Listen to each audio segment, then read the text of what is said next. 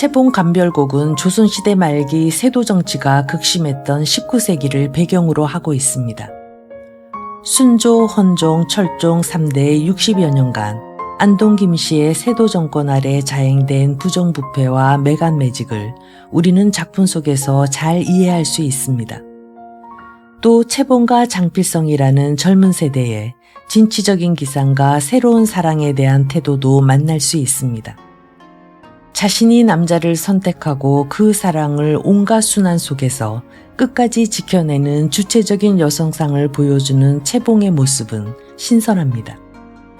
남자 주인공의 과거 급제를 통해 모든 갈등을 해소할 것 같은데 그러한 진부한 결론을 선택하고 있지 않다는 점도 참신합니다. 공공연히 벼슬을 사고 파는 당시의 타락한 정치 질서 속에서 과거는 무의미할 뿐이죠. 사랑은 쟁취하는 거라고 아우성치는 채봉 감별곡. 옛 이야기는 언제나 재밌고 정겹습니다. 이제 그 옛 이야기 속으로 들어가 보시죠.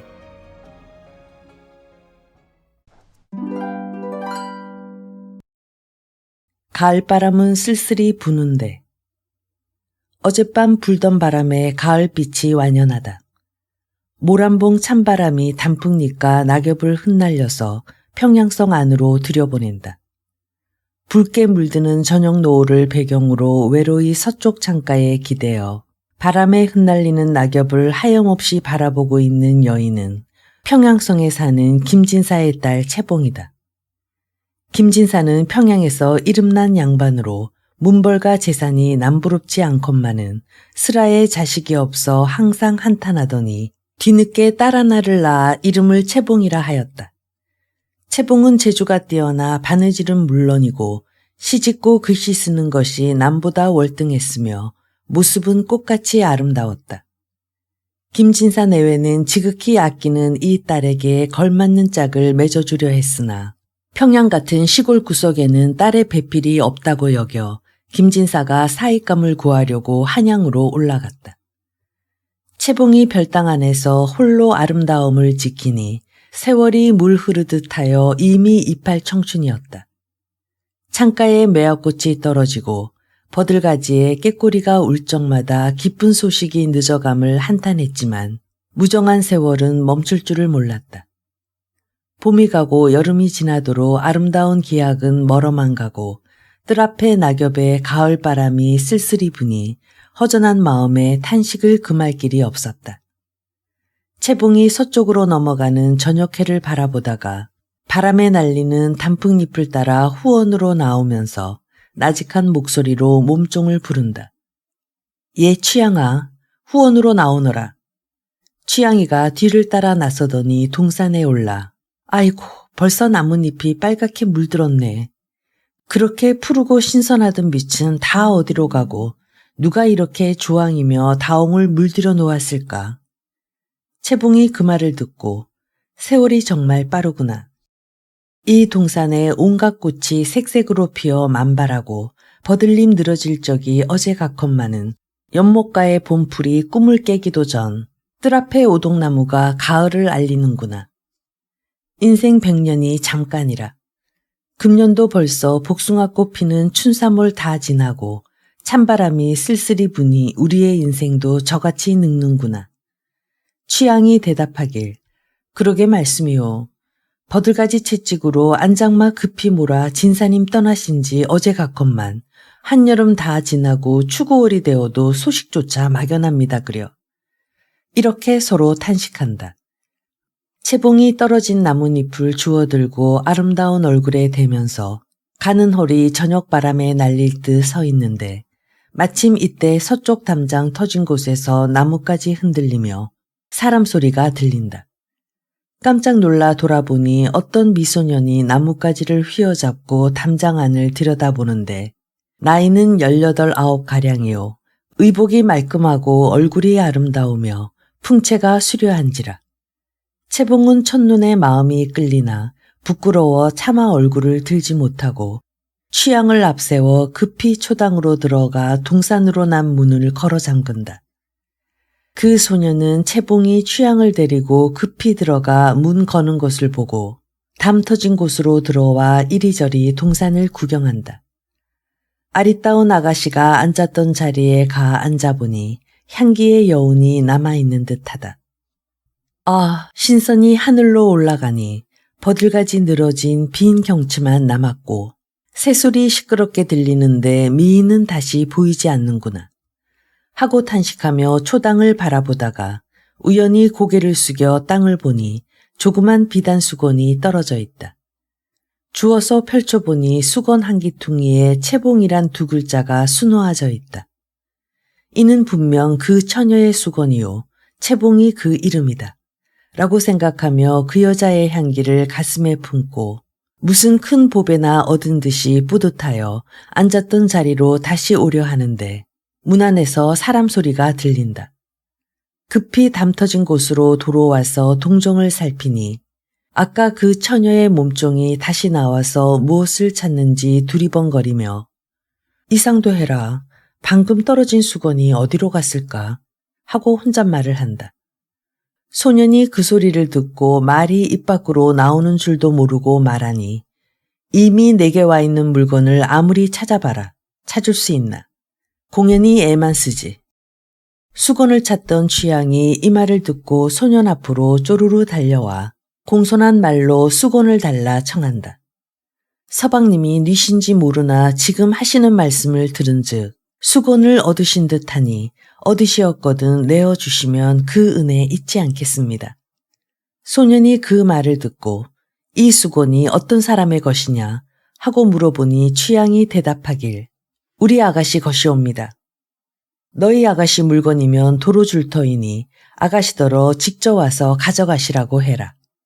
아이고 서방님, 그 무슨 말씀이십니까? 아가씨는 귀중처녀인데 어찌 외간 남자를 만나겠습니까? 농담 마시고 어서 주시어요. 나는 물건 주인을 친히 보고 전해주고자 합니다. 어찌 농담을 하겠느냐? 그런데 너는 누구냐? 저는 아가씨를 모시는 시비 취향이올시다.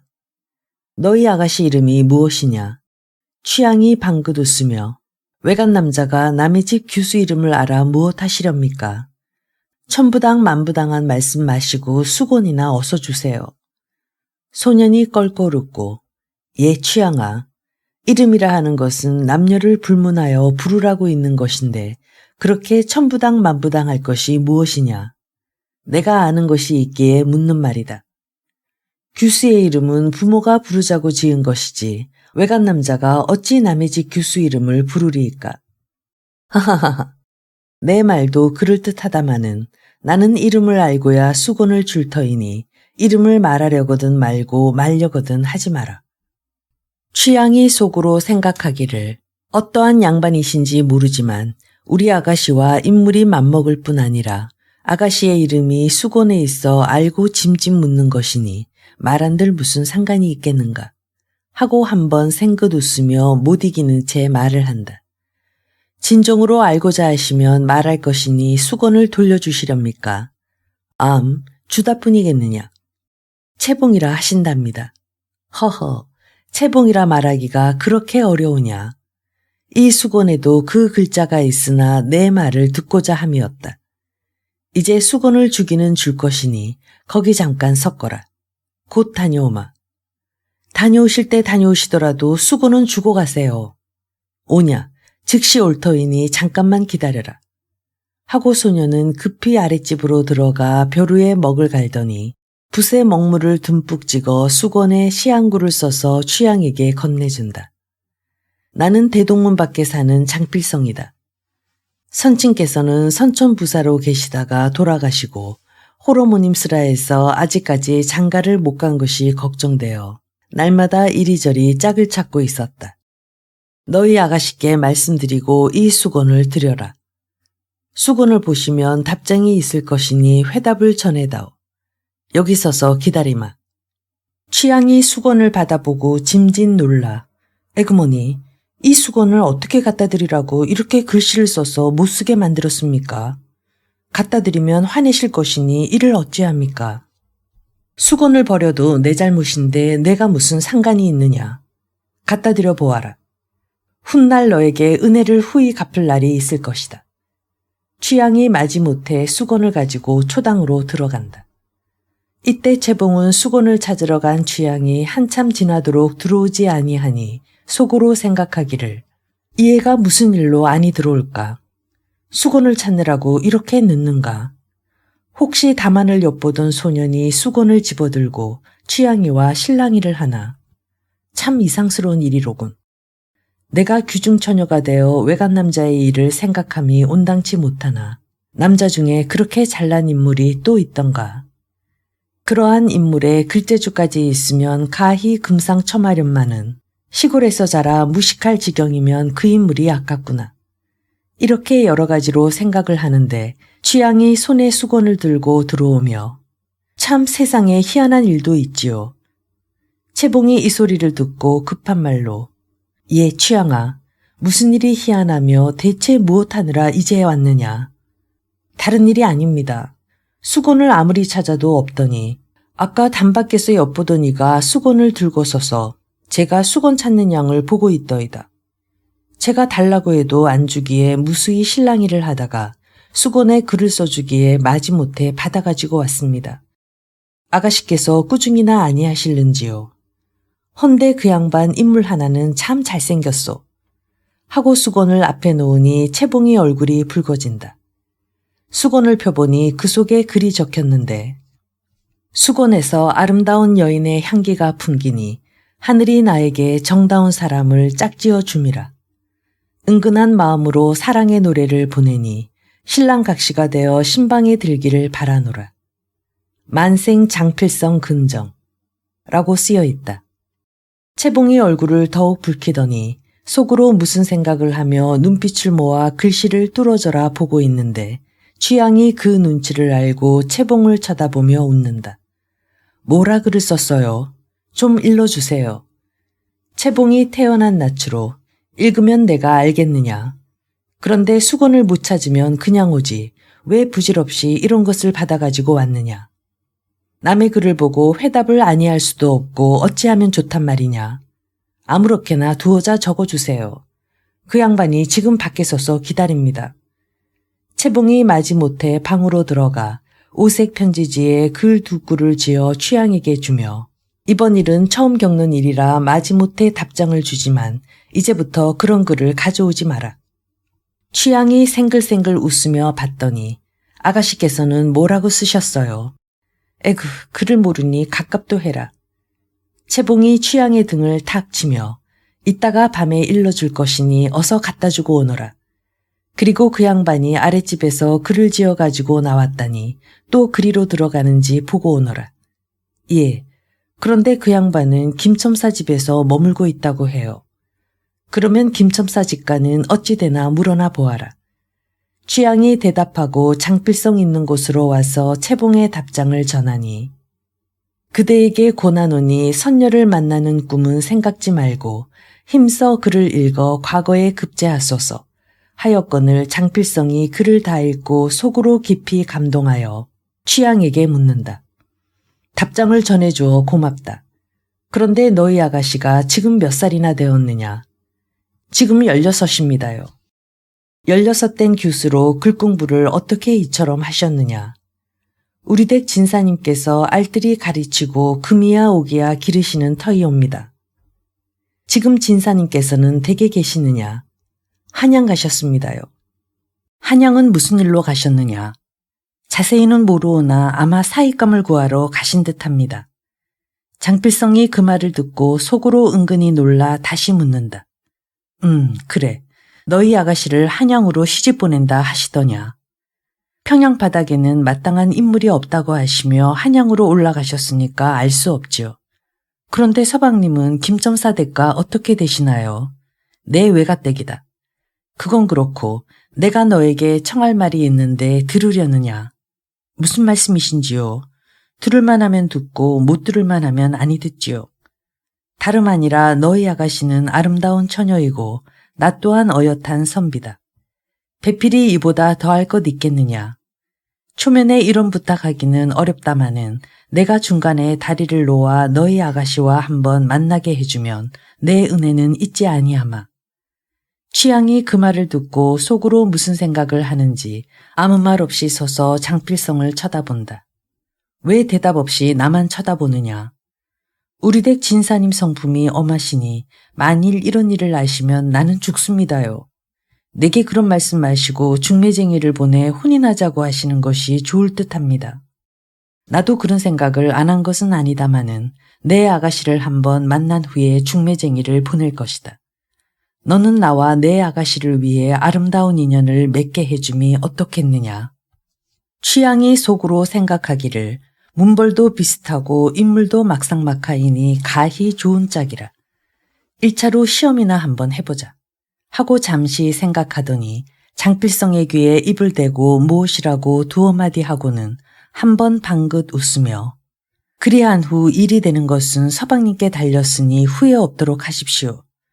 과연 그렇게 해주면 백골난망이라. 죽어도 그 은혜는 잊지 않겠다. 그런 말씀 마시고 기회를 놓치지나 마세요. 오냐, 나는 너만 믿고 간다.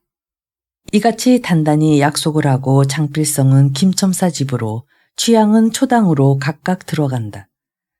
한편 답시를 주어 취향에게 주어 보낸 채봉은 수건을 펼쳐놓고 장필성의 시를 여러 번 읊조리다가 자기도 모르게 소리내어 중얼거린다. 행동이며 말이며 글 쓰는 것이 그만한데 무슨 일로 과거에 급제하지 못했을까? 집안이 어려워서 그런가? 적당한 혼처가 없어서 그저 있음인가? 세상의 남녀는 다를지언정 마땅한 짝을 얻지 못한 사람이 또 있구나. 하고 앉아있는데 취향이 초당으로 들어와 발 뒤꿈치를 들고 가만가만 걸어오며 채봉의 눈치를 살핀다. 그러다가 채봉이 혼자 하는 말을 듣고 생글생글 웃으며 말한다. 허허, 혼자 무슨 말씀을 그렇게 재미있게 하세요. 아가씨께서 직녀가 되시면 저는 오작교가 되어볼까요? 채봉이 얼굴을 붉히며 아이고, 그게 무슨 소리냐. 에라 실없는 것. 듣기 싫다. 그런데 그 글을 갖다 주니까 뭐라고 하시더냐. 시를 보시더니 입이 찢어질 듯이 좋아합디다. 군자의 좋은 짝이라 다시 더 바랄 것이 없다고 해요.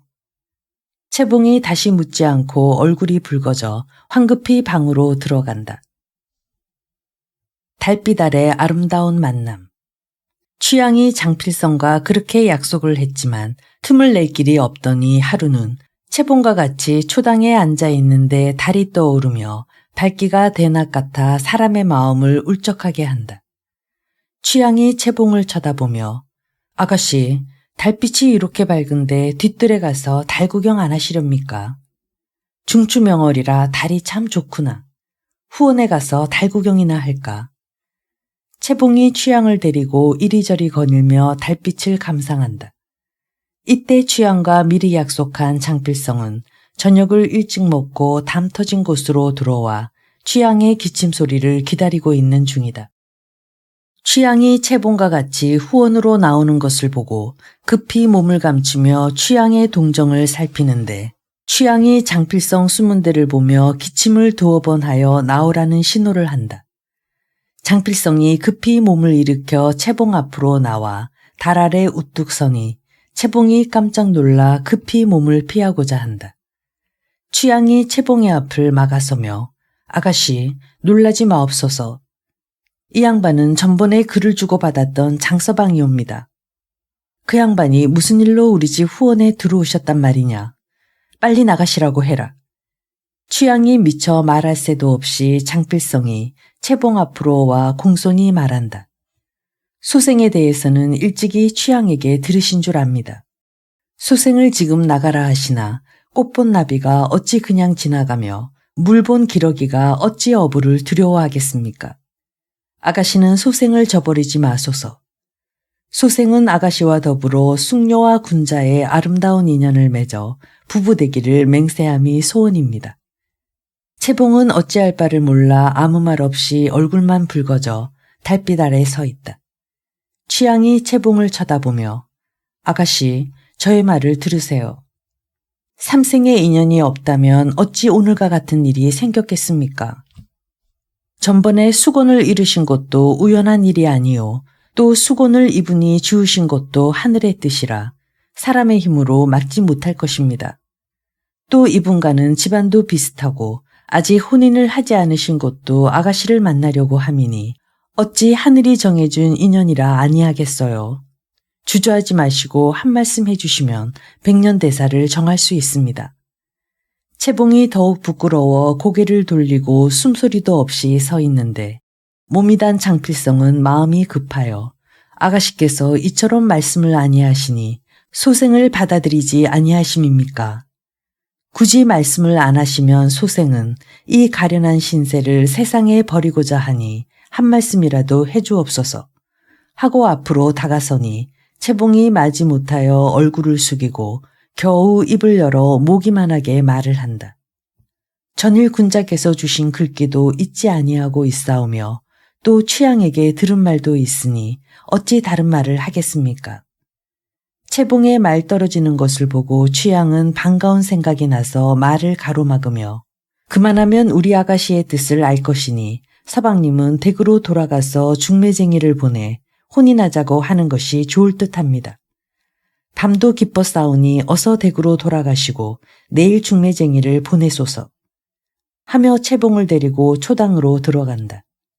장필성은 정신없이 초당만 바라보고 서 있는데 그 모습은 마치 마음은 채봉을 따라 초당 속으로 들어가고 몸만 남은 허수아비 같다. 이때 채봉에 묻힌 이씨가 달빛이 밝은 것을 보고 달구경도 할 겸 딸을 보려고 초당으로 나오고 있었다. 채봉과 취향이 방 안에 없어서 이상하게 여기며 후원으로 가는데 바람을 타고 남자의 목소리가 들린다. 어찌된 영문인지 몰라 나서지 못하고 몸을 감추고 엿들으니 채봉이 취향을 데리고 어떤 남자와 수작하는 말이 귀에 분명히 들린다. 나서지 못하고 눈을 비비며 그 남자를 보니 백옥 같은 풍채로 달 아래 서 있는 모습이 가히 한 쌍의 원앙이라.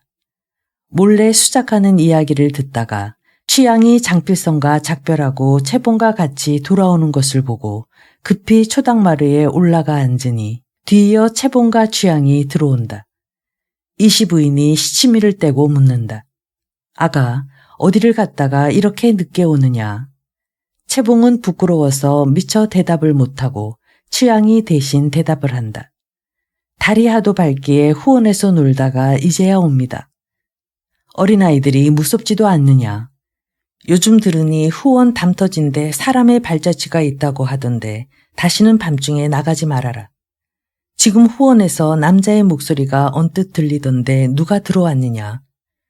채봉은 천만 뜻밖의 이 말을 듣고 감히 고개를 들지 못하고 취향은 기절할 정도로 놀라서 즉시 대답을 못하고 서 있다. 부인이 이 모습을 보고 화를 내며 다그친다. 왜 대답이 없느냐? 남자와 더불어 말을 하고 있기에 어떤 남자가 들어온 것을 야단쳐서 보내는 줄 알았더니 지금 너희들의 모습을 보니 무슨 사정이 있구나. 이 일을 바른대로 실토하면 내가 먼저 조처하고 진사님께 좋게 말씀드리겠지만 만일 거짓말을 하면 진사님께 여쭈어 그냥 두지 않겠으니 이실직고 하라. 취향아, 너는 사정을 자세히 알 터이니 거짓말을 하면 너부터 죄를 묻겠다. 채봉은 어찌할 바를 모르고 취향은 속으로 생각하기를 부인의 말씀이 이 같으니 부인을 속일 수도 없을 뿐 아니라 바로 말씀드려 큰일 없도록 하는 것이 도리어 좋지 않은가 하고 부인 앞에 가 앉으며 마님께서 이같이 물으시니 어찌 속이겠습니까? 이는 다 소인의 죄이오니 만번 죽어도 할 말이 없사옵니다. 부인이 그 말을 들으니 더욱 수상하여 그래, 내가 죄를 지었다면 사정이 어떻게 되었단 말이냐. 취향은 전에 채봉을 따라 후원의 단풍 구경 갔다가 채봉의 수건을 읽고 찾으러 나갔던 일과 수건이 뜻밖의 장필성에게 들어가 글귀를 주고받았던 일이며 오늘 밤에 달구경 갔다가 그 남자와 얘기를 나눈 일을 다 말하고 입에 침이 마르도록 장필성의 인물을 칭찬한다. 아이고, 그 양반 참 옷같이 빼어난 인물입니다요. 평양 땅에서는 처음 보는 인물이니 아가씨의 배필로 부끄럽지 아니합니다요. 부인이 이 말을 듣고 한참 앉아서 생각하더니 이 일을 진사님이 아시면 큰일 나겠구나. 어떻게 해야 무사히 해결된단 말이냐. 그야말로 천생연분 아닙니까? 이왕에 이렇게 된 일을 걱정하시면 무엇합니까? 마님께서 무사히 처리하시면 어려운 일이 없지요. 어떻게 하면 좋겠느냐? 취향이 부인의 귀에 입을 대고 채봉이 듣지 않게 무어라 말을 하더니 그렇게 하면 이런 사정을 누가 알며 일은 얼마나 잘 되겠습니까요? 내 말도 그럴듯하다마는 장씨의 문벌이 어떠하더냐? 한번 청해서 물으시면 아실 것이지만 전 선천부사 자제이고 외가댁은 김첨사 댁이라 하시니 이 집안과 혼인하기에 걸맞지 아니합니까요? 혼인이라는 것은 사람이 제 맘대로 못하는 것이다. 만약 인연이 없으면 한 집에 있어도 지극히 멀리 있는 것과 같고 인연이 있으면 수만리 밖에 각각 있어도 자연 만나게 되니 어찌 사람의 힘으로 되겠느냐. 일이 이와 같이 되어버렸으니 내 말대로 혼인을 주선하지만 되간절 장씨의 글씨가 어디 있느냐. 취향이 장을 열고 수건을 내어 보이니 부인도 글재주가 있는지라 장필성의 글씨를 보고 구절마다 칭찬하며 채봉을 돌아본다. 아가, 내 마음을 내가 이제는 짐작하였으니 다시 더 말할 것도 없지만 한 가지 걱정은 내 부친께서 혼사를 맺으러 한양으로 올라가셨는데 만일 혼인을 정하고 내려오시면 어찌한단 말이냐. 취향이 깔깔 웃으며 아이고 마님, 별 걱정을 다 하십니다요. 아무리 정하고 내려오실지라도 예단을 받았답니까? 거절하기가 무엇이 어려워서 걱정을 하십니까? 오냐, 비록 예단을 받으셨더라도 혼사를 깨뜨릴 수밖에 없겠다. 부인은 밤이 늦도록 취향과 이같이 의논하고 안으로 들어간다. 사랑의 약속. 장필성은 채봉을 만나 몰래 부부가 되기를 약속한 그날 밤에 집으로 돌아와 어머니 최 씨에게 말한다. 어머님, 옛글에 이르되 나라가 어지러울 때 훌륭한 재상이 생각나고 가정이 어려울 때 어진 아내가 생각난다 하였는데 지금 저의 나이 18이 되어도 어머님을 모실 처자가 없고 집안의 형편은 점점 어려워지니 어찌 민망하지 않겠습니까? 듣자니 성 밖에 김진사댁 교수가 현숙하다 하니 중매쟁이를 보내 혼인 의사를 물어보옵소서. 내 나이 18이라 그런 생각이 왜 없겠느냐마는 김진사 집과는 문벌은 비슷해도 사는 형편이 너무 차이가 나니 우리와 기꺼이 혼인하자고 하겠느냐. 일을 꾀하는 것은 사람에게 있고 일이 이루어지는 것은 하늘에 있다고 했습니다. 일이 되는 것이야 하늘의 뜻이지만 결혼하자고 청하지 못할 거야 없지 않습니까? 결혼하자고 청해보긴 하겠지만 들을지 몰라서 하는 말이다. 이튿날 최 부인은 결혼 의사를 묻고자 중매쟁이를 김진사 집으로 보냈다.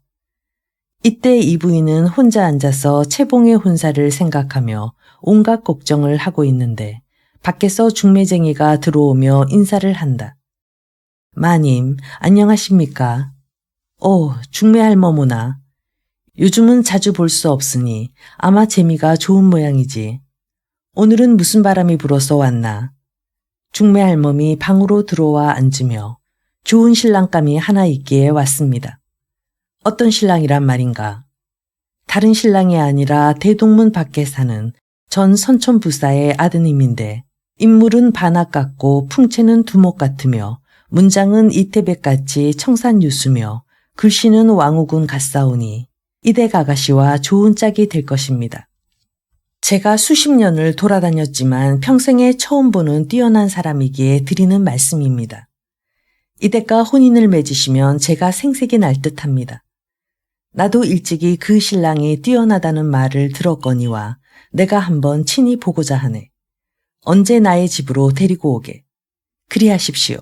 내일 신랑을 모시고 오겠습니다. 중매할멈이 장필성의 집으로 와서 이 말을 전하니 최씨 부인은 의외로 반응이 좋음을 보고 기쁨을 감추지 못한다. 이튿날 장필성을 김진사 집으로 보낼 때 의복 한 벌을 새로 입히니 가히 선풍도골이라. 그 잘생긴 모습을 어찌 글로 묘사하겠는가. 장필성이 중매할멈을 따라 김진사 집으로 오니 이 부인이 안방을 깨끗이 치워놓고 들어오길 청한다. 장필성이 중매할멈을 따라 들어가 이 부인께 절하여 뵌다. 이 부인이 반쯤 답례하고 앉으라 한 후 자세히 보니 보던 바 처음 보는 훌륭한 인물이라.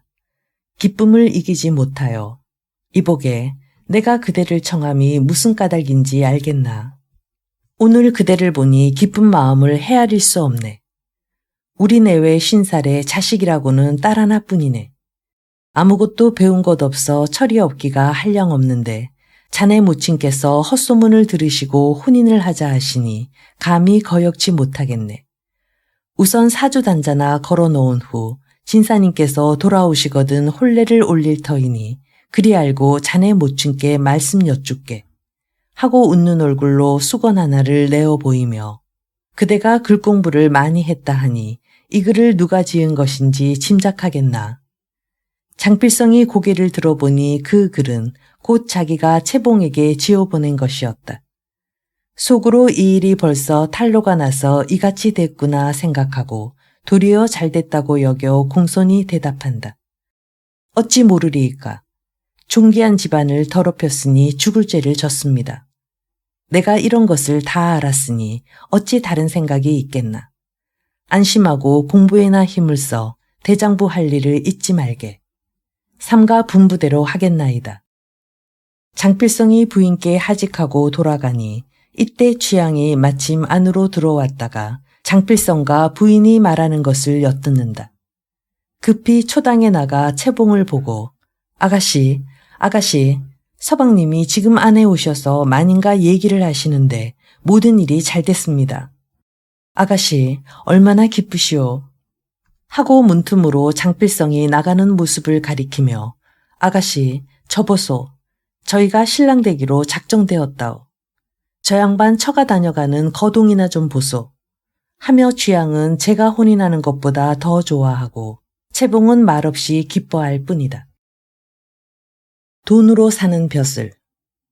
평양성 밖에서는 좋은 혼초를 정한 모녀가 이같이 기뻐하며 김진사 돌아오기를 하루가 3년같이 기다리는데 한양간 김진사는 어찌하여 돌아올 기약이 막연하던고. 처음에 김진사는 사위도 구하고 벼슬자리도 얻을 겸하여 많은 재산을 가지고 한양으로 올라갔다.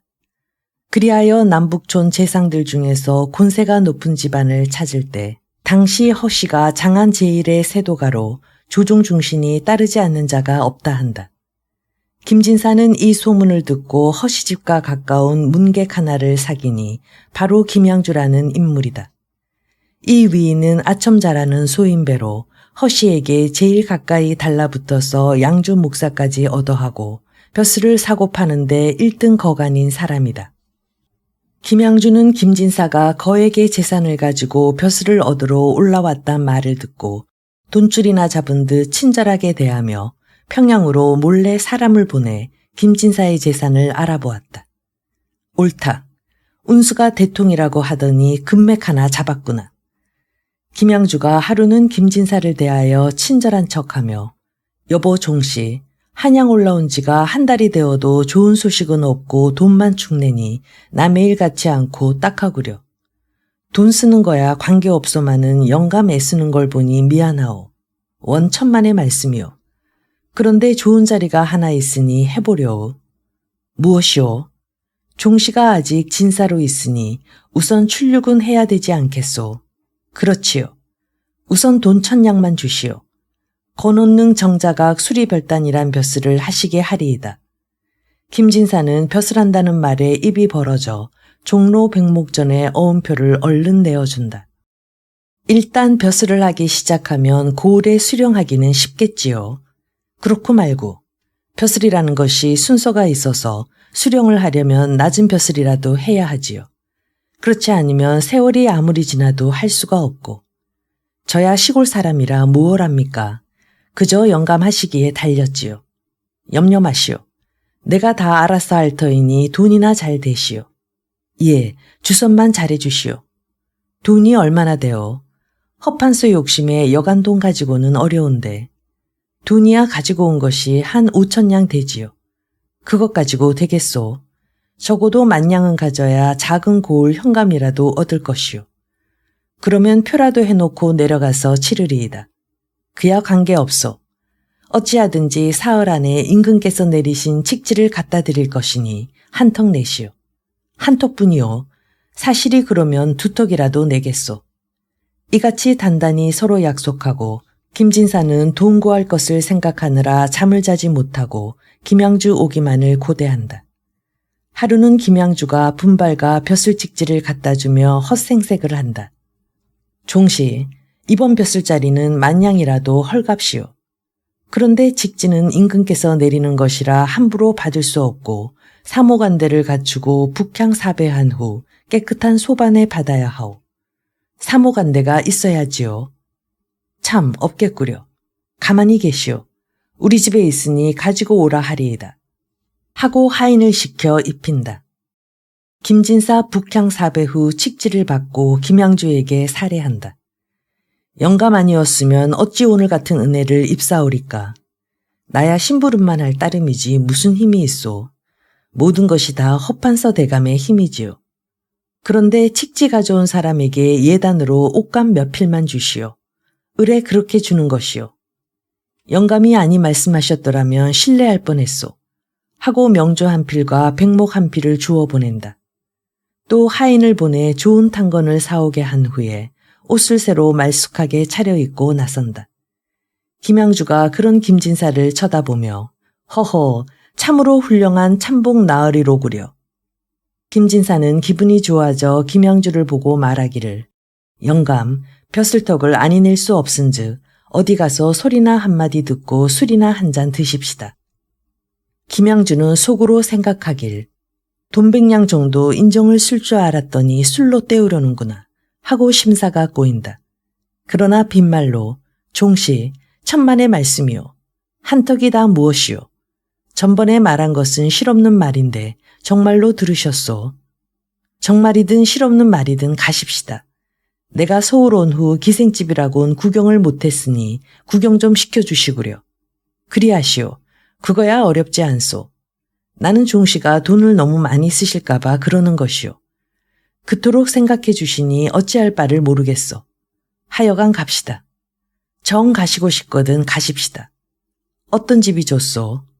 산홍이도 좋고 옥희도 좋고 나농이도 좋지요. 어떤 집으로 가시려? 그 중에 노래를 제일 잘 부르는 기생에게 갑시다. 오궁골 나농이 집으로 갑시다.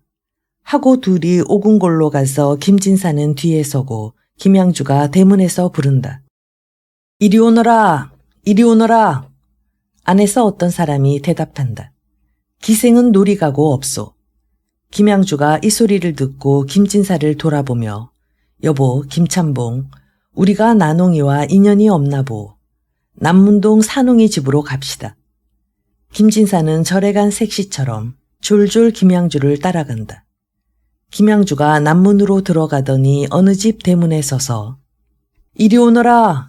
이리 오너라! 하고 외치니 오궁골서 대답하듯 안에서 대답을 한다. 들어오시오. 김양주가 김진사를 돌아보며 산홍이는 있나보.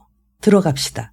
하고 안으로 들어가니 방 안이 터지도록 사람이 둘러앉았고 기생 산홍이는 아랫목에 앉았다. 김양주가 방으로 들어서며 평안하오.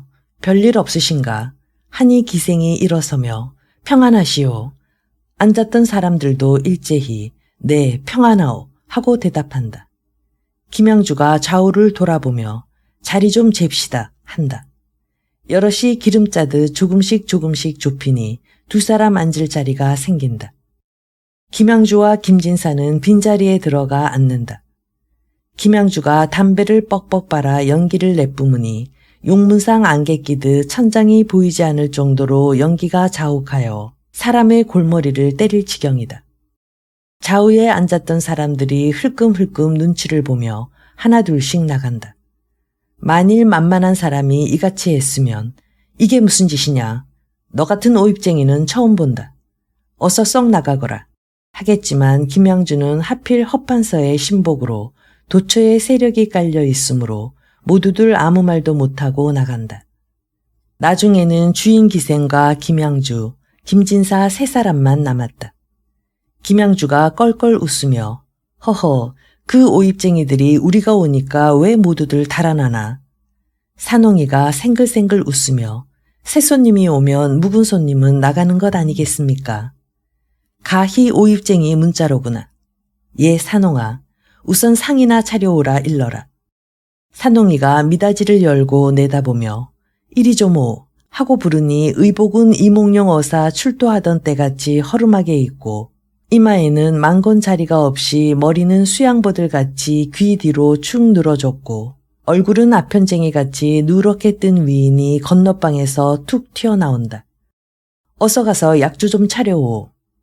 그자가 뒤축도 없는 미투리를 찍찍 끌고 밖으로 나가더니 얼마 만에 술상을 차려놓는다. 산홍이는 주전자를 들고 잔에 술을 가득 부어 김양주를 쳐다보며 영감, 잔 받으시옵소서. 어떻게 먹으란 말이냐. 어떻게 잡수다니요. 다 아시면서. 예, 나도 마실 줄은 안다마는 너희 집에 와서 술을 먹을 때는 가곡 한 자락 듣자는 거 아니냐. 산홍이는 이 말 저 말 없이 잔을 들고 노래를 시작한다. 잡수시오, 잡수시오, 이 술 한 잔 잡수시오.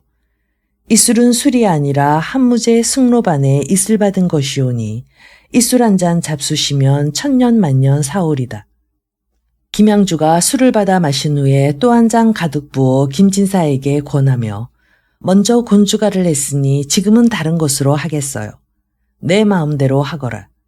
산홍이가 잔을 들며 창밖에 국화를 심어 국화 밑에 술을 빚어두니 수릭자 국화 피고 번니 모자 다리 돋아온다. 아해야 검은 거 내어 줄 쳐라. 임대접 하리라.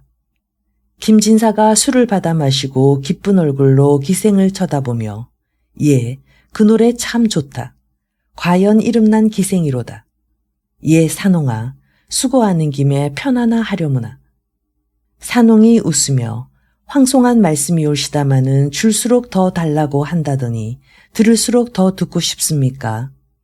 김양주 역시 웃으며 요년이 서방을 떼어버리려고 그 무슨 버릇없는 소리냐. 영감과 흉오물 없어서 응석으로 한 소리인데 누하셨습니까? 허허, 그 계집애. 나야 괜찮다마는 좌석에 초면 친구가 계신데 그런 소리를 한단 말이냐. 실수를 했습니다. 편을 하라 하시니 편이나 하나 하고 속죄할까요? 그런데 요사이 시름이 되어서 목소리가 잘 나지 않습니다. 하더니 두세 번 기침을 하고 높은 소리를 내어 노래를 한다. 나라의 명산 높은 봉우리 청천에 깎아놓은 연꽃이다. 웅장한 절벽은 우뚝 서 북쪽 삼각산을 이루고 기이한 바다는 늘어서 남쪽 남산을 이룬다. 좌총룡 낙산, 우백호 인왕산, 상스러운 기운 대골로 모여 영특한 기운 뭉쳐 뛰어난 인재가 나오니 아름답도다. 우리 동방 사나이의 굳셈이여. 태평성대의 의관과 문물 영원히 무궁하리로다. 해마다 풍년 들어 나라와 백성이 평안할세. 황국 단풍 들 때 기린 뛰노는 곳 보려 산에 올라 술에 취해 흔들거리며 임금은에 감격하노라. 수고했네. 천만의 말씀이올시다. 김양주가 김진사를 쳐다보며 종씨 어떠하오. 여러 달 심사가 울적하더니 오늘에야 심신이 상쾌합니다. 허허, 울적할 때 이런 노래를 들으면 정신이 상쾌해집니다. 어찌됐든 오늘은 취하도록 마십시다. 하고 한 잔 한 잔 또 한 잔에 취하도록 먹으니 김양주는 더욱 허튼 소리를 하고 김진사는 한층 더 친한 정분이 생긴다. 종씨, 어찌됐든지 허판서댁만 부지런히 드나들면 삼정승 유판서도 할지 모르니 꼭 내가 하라는 대로만 하시오. 암 이를 말씀이오. 나는 종씨만 태산같이 믿고 있겠소. 그러면 내일 허판서를 찾아가서 뵙시다. 내가 가서 배우면 무엇하오. 종씨가 있는데. 그래도 한번 가서 뵙는 것이 가장 좋을 것이오. 아무려나 종씨 하라는 대로 합시다. 이렇게 이야기를 주고받으며 술을 잔뜩 먹고 밤늦게 기생집을 나와 각각의 집으로 돌아갔다. 딸을 세도가의 첩으로. 이튿날 김양주와 김진사가 일찍 세수하고 서로 찾는데 김진사가 머무는 데는 아주 개요. 김양주 집은 사직골이라. 각각 찾아 나섰다가 내수사 앞에서 서로 만났다. 김양주가 김진사를 보고 반겨 말한다. 아, 종씨, 병이나 안이 나셨소. 나는 지금 궁금해서 종씨를 찾아가는 길인데. 나야 관계없지만은 영감은 괜찮습니까? 나도 지금 궁금해서 영감댁으로 문 한 차 가는 길이 올시다. 대단히 감사하외다. 우리 낯선 김에 허판서나 가서 뵈시려오. 그렇게 하십시다. 김진사가 김양주를 따라 사직동으로 가니 김양주가 허판서 집 사랑으로 먼저 쑥 들어갔다가 얼마 만에 도로 나와서 들어가자고 한다. 김진사는 옷을 다시 고쳐 입고 따라 들어가니 큰 사랑을 지나 뒤편 별당으로 들어간다. 김진사가 절하고 자리에 앉자 허판서 김양주를 쳐다보며 이 사람이 그저께 참봉벼슬을 받은 사람인가 하고 물어본다. 김양주가 머리가 방바닥에 닿도록 조아리며 예, 그렇습니다.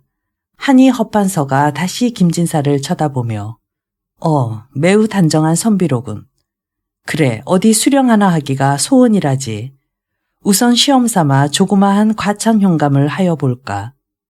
아닌 게 아니라 과연 과천이 좋긴 좋지.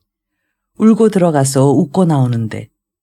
김진사는 무슨 영문인지 몰라 눈만 껌뻑이고 있고 김양주가 허판서에게 묻는다. 지금 과천 현감 자리가 비었습니까? 그렇다네. 과천 현감이 사직 상소를 했지. 값은 얼마나 합니까? 만냥은 있어야 할걸. 내 생각 같아서는 사람을 뽑는 처지에 돈을 상관하랴마는 다른 사람들이야 어디 그런가. 이같이 짐짓 청렴결백한 채 하는 것을 김진사는 순진한 마음에 참말로 알고 기뻐하며 몸둘 바를 몰라 한다.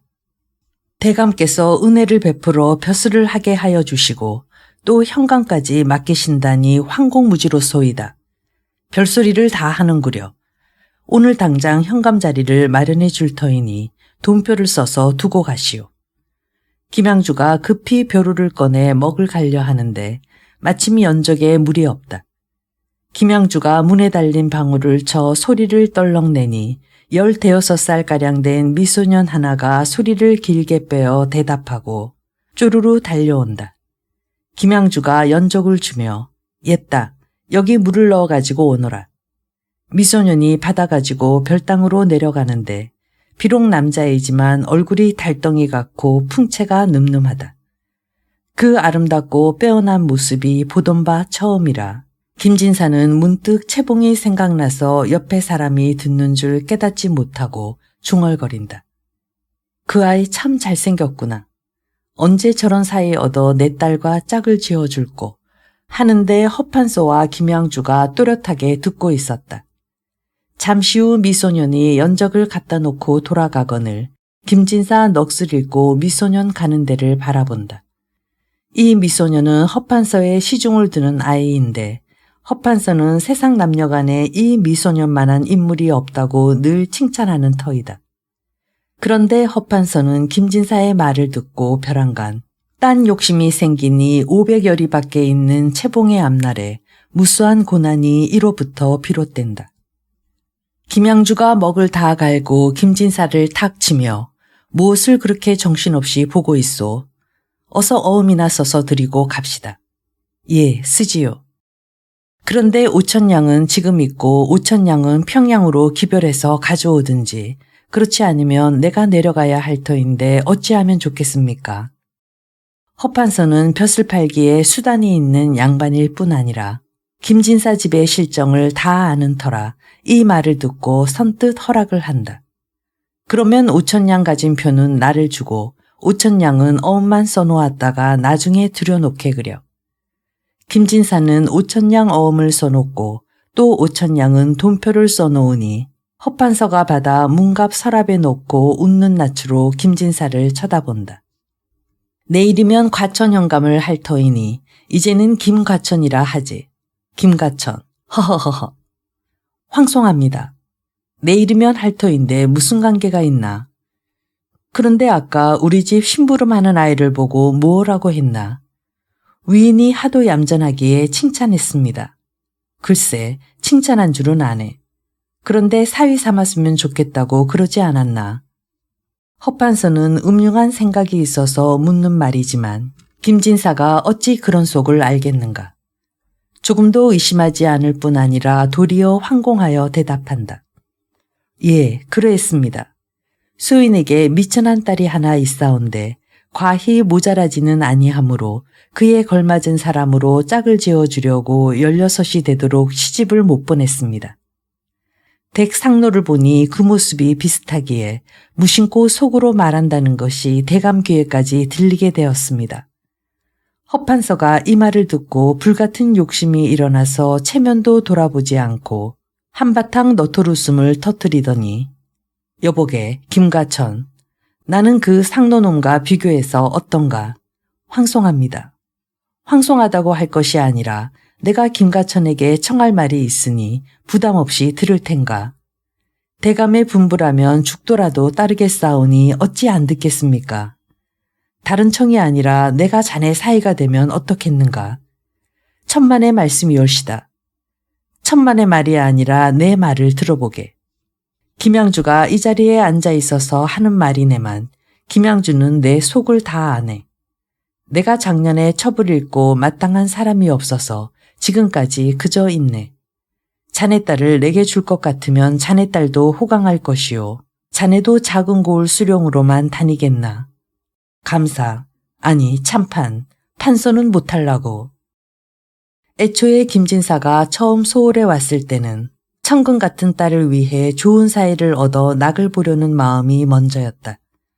그런데 평안도 사람이 벼슬하기가 하늘에 오르는 것처럼 어려운 이 시절에 천만 뜻밖으로 줄을 잘 잡아 벼슬자리를 얻고 또 이 같은 허판서의 농간에 놀아나다 보니 헛된 영예에 불같은 욕심이 나는지라 혼자 생각하길. 채봉의 댐댐이가 녹록지 아니하여 팔자가 세니 재상에 첩이나 시켜 호강하게 하고 나는 부원군 부럽지 않게 벼슬이나 실컷 얻으리라 하고 기쁘게 허락한다. 미천한 딸년을 더럽다 아니하시고 이같이 거둬주시니 어찌 감히 거역하겠습니까마는 미천한 것이 제대로 감당할는지 그것을 몰라 염려올시다. 허허, 별소리를 다 하네 그려. 내가 이야기를 들은즉 평양 사람들이 남녀간에 일찍 성숙하다고 하던데 그래, 어느 날 떠나려나. 내일 내려가서 데리고 오겠습니다. 그러면 빨리 데리고 올라오게.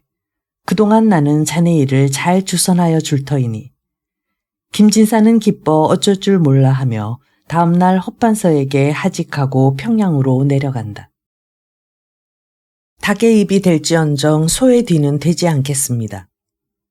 이때 이 부인은 채봉의 혼인을 정하고 김진사가 내려올 동안에 혼수를 장만하려고 방에서 채봉의 의복을 마련하고 앉았는데 김진사가 내려와 집안에 들어서며 부인 어디 갔소? 하고 마루에 털썩 앉으니 이 부인이 그 목소리를 듣고 기다렸던 차에 반가워서 손에 잡았던 가위를 집어던지고 급히 뛰어나온다. 진사님이요. 왜 이렇게 더디 내려오셨소? 나는 그간 애기 혼인을 정하고 내려오시기만 고대했지요. 김진사가 혼인을 정했단 소리를 듣고 깜짝 놀라며 혼인을 정했다니 누구와 정했단 말이오? 오시느라 피곤하시지요. 차차 이야기할 것이니 우선 방으로 들어와 앉으시지요. 아니, 괜찮소. 우선 급하니 말을 하구려. 그런데 이제 나는 진사가 아니라 그새 참봉이 됐다오. 하하하. 하며 방에 들어와 각과 탄건을 벗어 부인에게 주니 부인이 받아 벽에 걸고 반겨하며 옆에 앉는다. 올해는 운수가 겹겹이 좋구려. 영감은 벼슬을 하시고 채봉이는 혼인을 정하고 그런데 혼인 정했단 말을 듣고 왜 그리 깜짝 놀라시오. 우선 듣기가 급하니 말부터 하오. 그런 것이 아니라 대동문 밖에 사는 장선천 부사의 아들과 정원했다오. 아니, 장선천 부사 아들과 정원했어. 그 거지 다 된 것하고. 내 참 기가 막혀서. 한양에서 기막힌 사이를 정하고 내려왔으니 채봉이를 데리고 우리 한양으로 올라가서 삽시다. 부인이 이 소리를 듣고 눈이 휘둥그레져서 기막힌 사이라니 어떤 사람이란 말이오? 하고 물으니 김진사 혀를 휘휘 내두르며 허풍을 떤다. 누군지 알면 뒤로 나자빠질 것이오. 누구인고 하니 사직골 허판서 대기요. 세도가 이 나라에서 제일이지. 부인이 이 말을 듣고 한편으로는 끔찍하고 한편으로는 기가 막혀서 다시 묻는다. 허판서면 첫째 부인이요, 둘째 부인이요. 첫째 부인도 둘째 부인도 아니요. 첩이라오. 나는 못하겠소. 허판서가 아니라 허정승이라도. 왜 못해? 한양 가시더니 정신이 돌아버렸구려. 예전에는 얌전한 신랑을 택해 슬하에 두고 걱정 근심 없이 재미있게 살자고 늘 말씀하시더니 오늘은 이게 무슨 날벼락이오. 그래, 채봉이 그것을 금이야 오기야 길러서 남의 첩으로 준단 말이오. 허허, 아무리 남의 첩이 되더라도 호강하고 몸 편하면 됐지. 첩이란 것이 남의 눈에 가시되는 것 아니오. 언제 무슨 애를 당할지 모르니 비단 방석에 앉아도 바늘방석 같을 텐데 호강만 하면 제일이란 말이오. 나는 죽어도 그런 호강 아니 시키겠소. 김진사 이 말을 듣고 열이 나서 무릎을 탁 치며 큰 소리를 친다. 그래, 그런 자리가 싫어. 저런 복찰 사람을 봤나. 딴소리 말고 내 말 좀 들어보. 우선 춤출 일이 있으니. 무엇이 그리 좋은 일이 있어 춤을 춘단 말이오. 벼슬없이 늙던 내가 허판서의 주선으로 벼슬길에 나서게 됐지. 또 내일 모레면 과천 현감을 하지. 이제 채봉이가 그리 들어가 살면 평생 호강하거니와 내가 감사도 되고 참판도 되고 판서도 될 것인즉 부인이야 정경 부인은 따놓은 당상이니 이런 경사가 어디 있소. 두 말 말고 데리고 올라갑시다. 첩이란 말에 펄펄 뛰던 이 부인도 그 말엔 솔깃하여 영감이 기어코 하려 드시면 낸들 어쩌겠소마는 채봉이가 말을 들을지 모르겠소. 이때 초당에 앉아 글을 읽고 있던 채봉은 부친의 목소리를 듣고 취향을 데리고 안방으로 건너오다가 자신의 혼사 이야기가 나오자 걸음을 멈추고 서서 듣고 있었다. 이윽고 말소리가 그치자 채봉이 방에 들어가 부친 앞에서 날아갈 듯 맵시 있게 절을 한다. 아버님, 먼 길 안녕히 다녀오셨습니까? 김진사가 딸을 보고 귀한 생각이 한층 더 나서 등을 어루만지며 오냐, 잘 있었느냐? 그래, 그동안 글공부도 더하고 바느질도 많이 익혔느냐? 하더니 부인을 쳐다보고 벙글벙글 웃으며 부인, 참 이제는 바느질을 배워도 쓸데가 없겠구려. 친모가 있어서 다 해서 바칠 터이니. 채봉은 이 말을 듣고 눈살을 찌푸리며 얼굴을 숙인다. 김진사가 다시 채봉을 보고 아가, 너는 재상의 첩이 좋으냐? 연염집 부인이 좋으냐? 아비 엄이 있는데 부끄러울 게 뭐냐? 내 생각을 말해보아라. 채봉이 예사 연염집 처녀 같았으면 부모의 말이라 뭐라고 대꾸하지 않았을 터이지만 원래 학식도 있을 뿐 아니라 장필성과의 일을 잠시도 잊지 않고 있는지라. 게다가 부모가 하는 얘기를 다 들은 터라 조금도 서슴지 않고 얼굴을 바로 하고 대답한다. 차라리 닭의 입이 될지언정 소의 뒤 되기는 바라는 바가 아닙니다. 허허 그 녀석, 내가 첩구경을 못해서 그런 소리를 하는구나. 재상의 첩이야 세상에 그 같은 호강이 또 없느니라. 부인이 말을 가로막고 김진사를 쳐다보며 영감은 자식에게 별말씀을 다 하시는구려. 계집의 자식이란 을의 부모가 하는 대로 쫓아가는 법이랍니다. 아가, 너는 내 방에 가 있거라. 채봉을 내보낸 두 내외는 한양 올라갈 의논을 하고 그날로 집안 세간을 팔아 한양 갈 짐을 꾸린다. 한편 채봉은 초당으로 나와 장필성과의 약속을 생각하고 홀로 탄식한다. 어지러운 이 세상에 부귀공명이 무엇인가. 그같이 나를 사랑하던 부모가 하루아침에 믿음을 저버리고 나더러 천한 첩의 몸이 되라 하시니 가엾고 한심한 일이로구나. 부모는 부귀에 눈이 어두워 그런다지만 나는 한번 약속한 마음 변치 않으리라. 잠깐 동안 부모에게 근심을 끼칠지라도 믿음을 저버리지는 않겠다. 채봉이 이같이 비장한 마음을 먹으니 저도 모르게 눈물이 옷깃을 적신다. 그러다 한 가지 꾀를 생각하고 취향을 부른다. 예, 취향아. 내가 너를 몇 해 동안 친형제같이 알고 지낸 터이거니와 나의 억울한 사정을 알아줄 사람이 너밖에 없구나.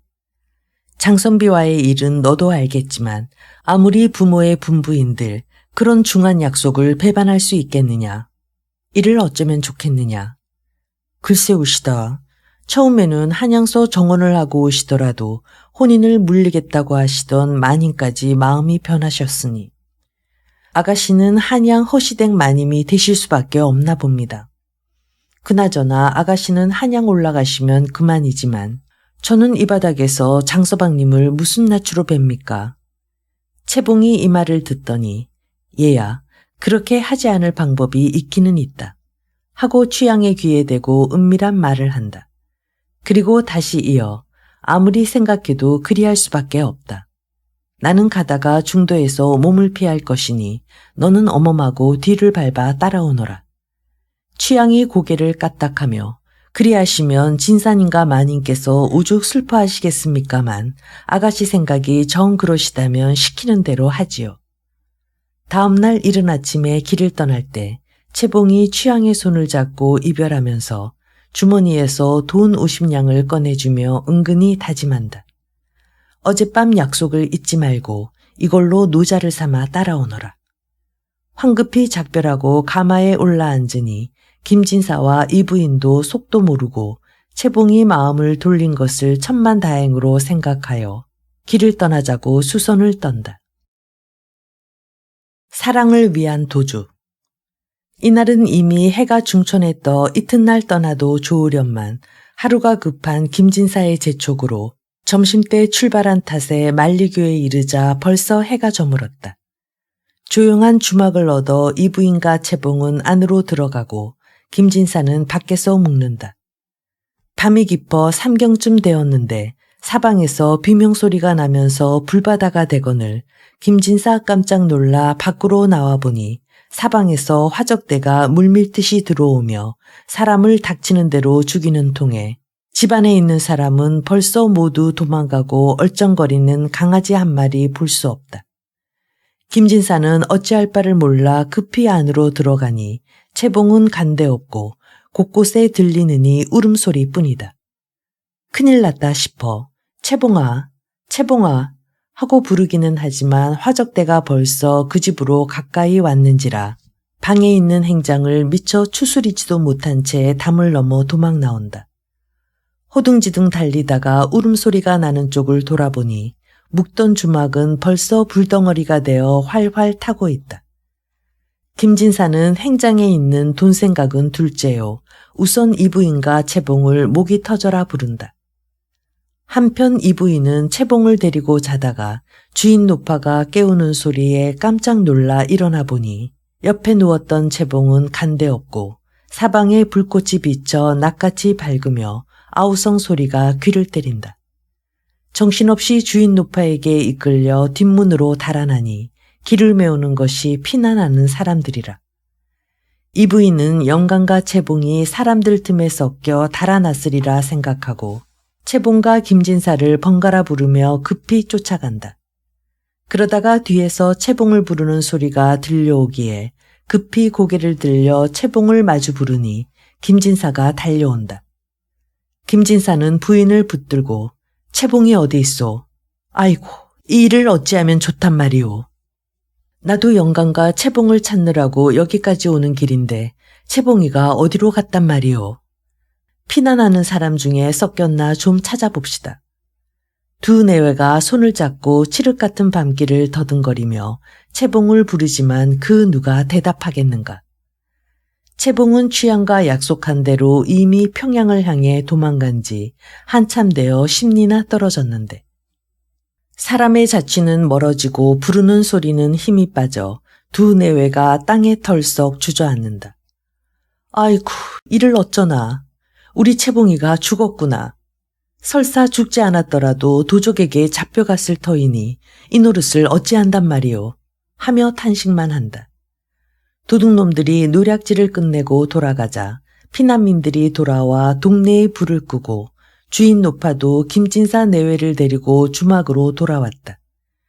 이 부인은 다시 정신을 차려 자던 방으로 급히 들어가 채봉을 찾고 김진사는 급히 바깥방으로 가서 짐을 확인한다.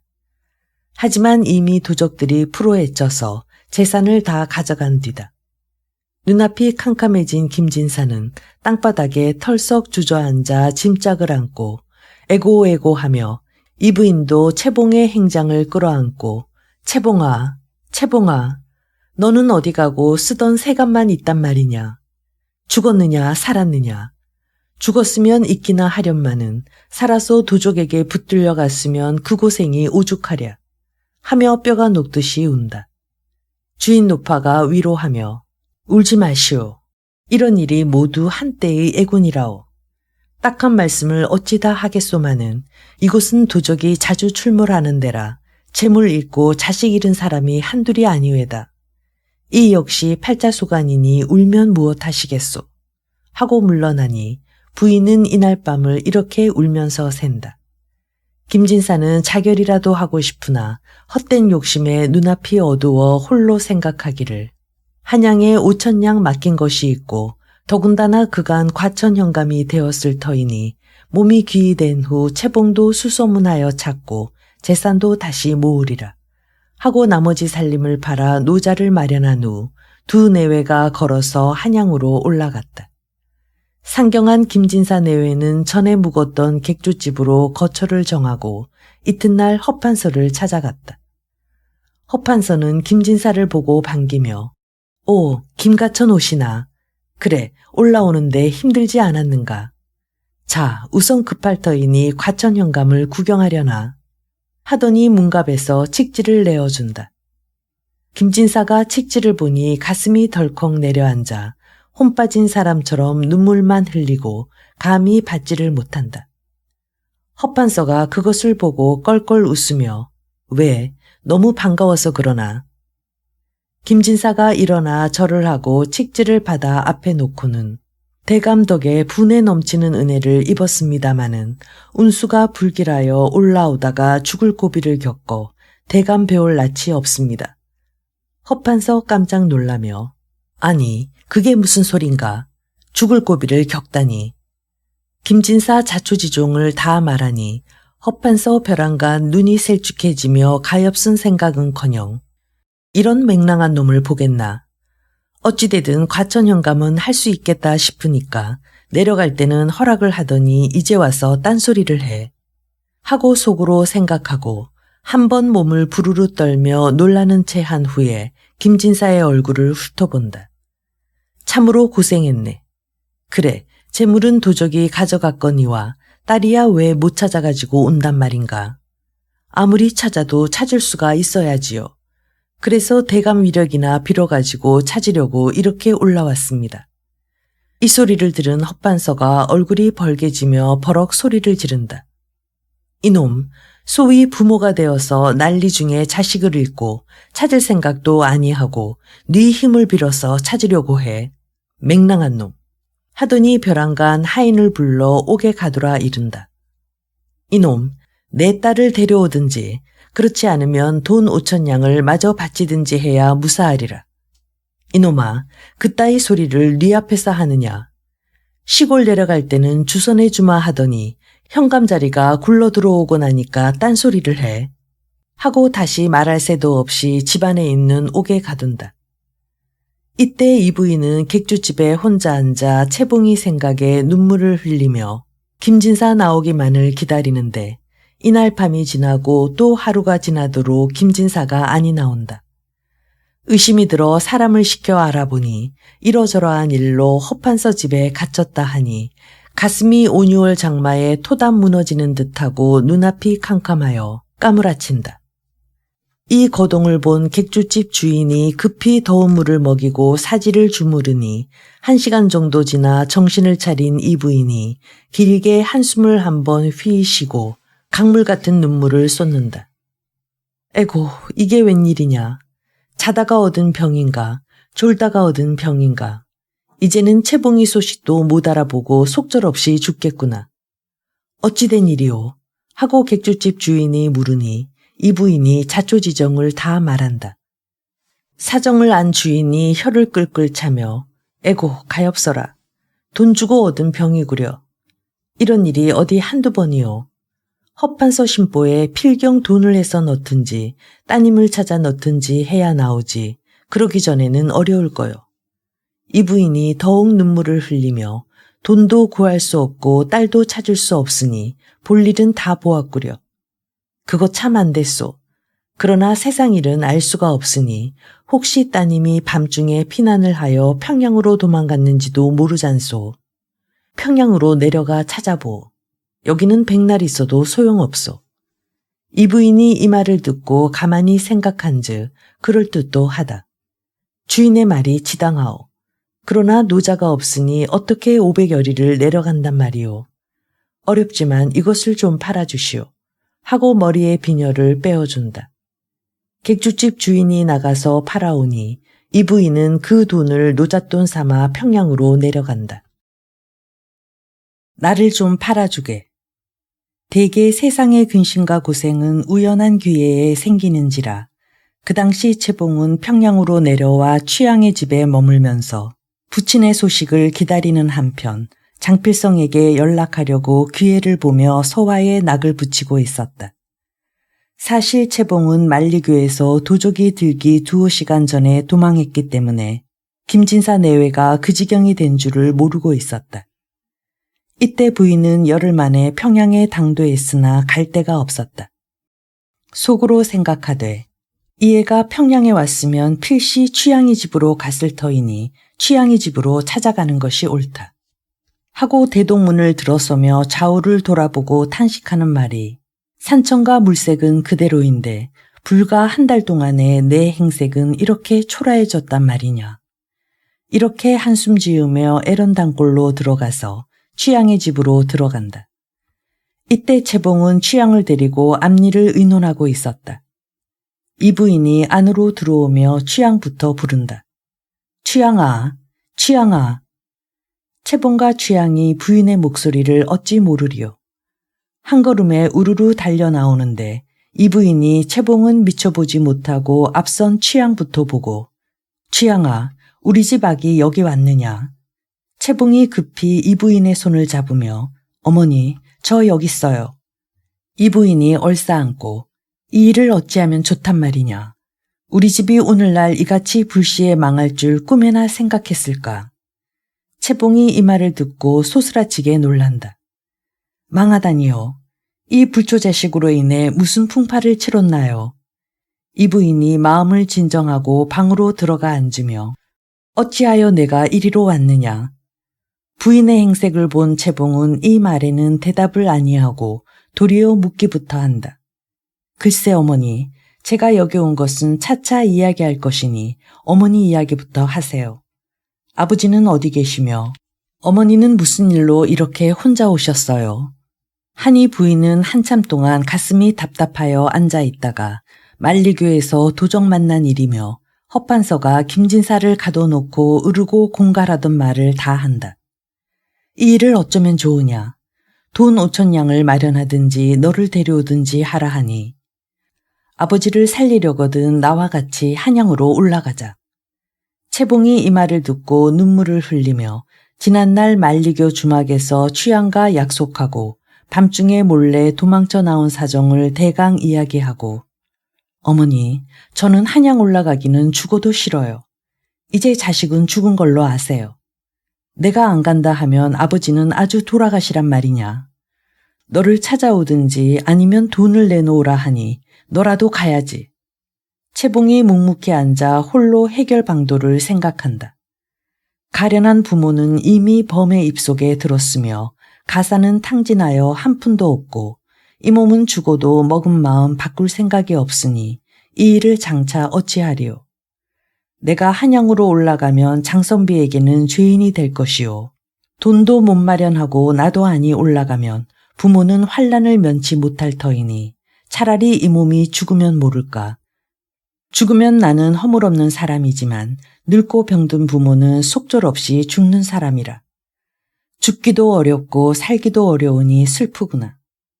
천지가 넓건만 가련한 내 한 몸을 받아줄 곳이 없는가.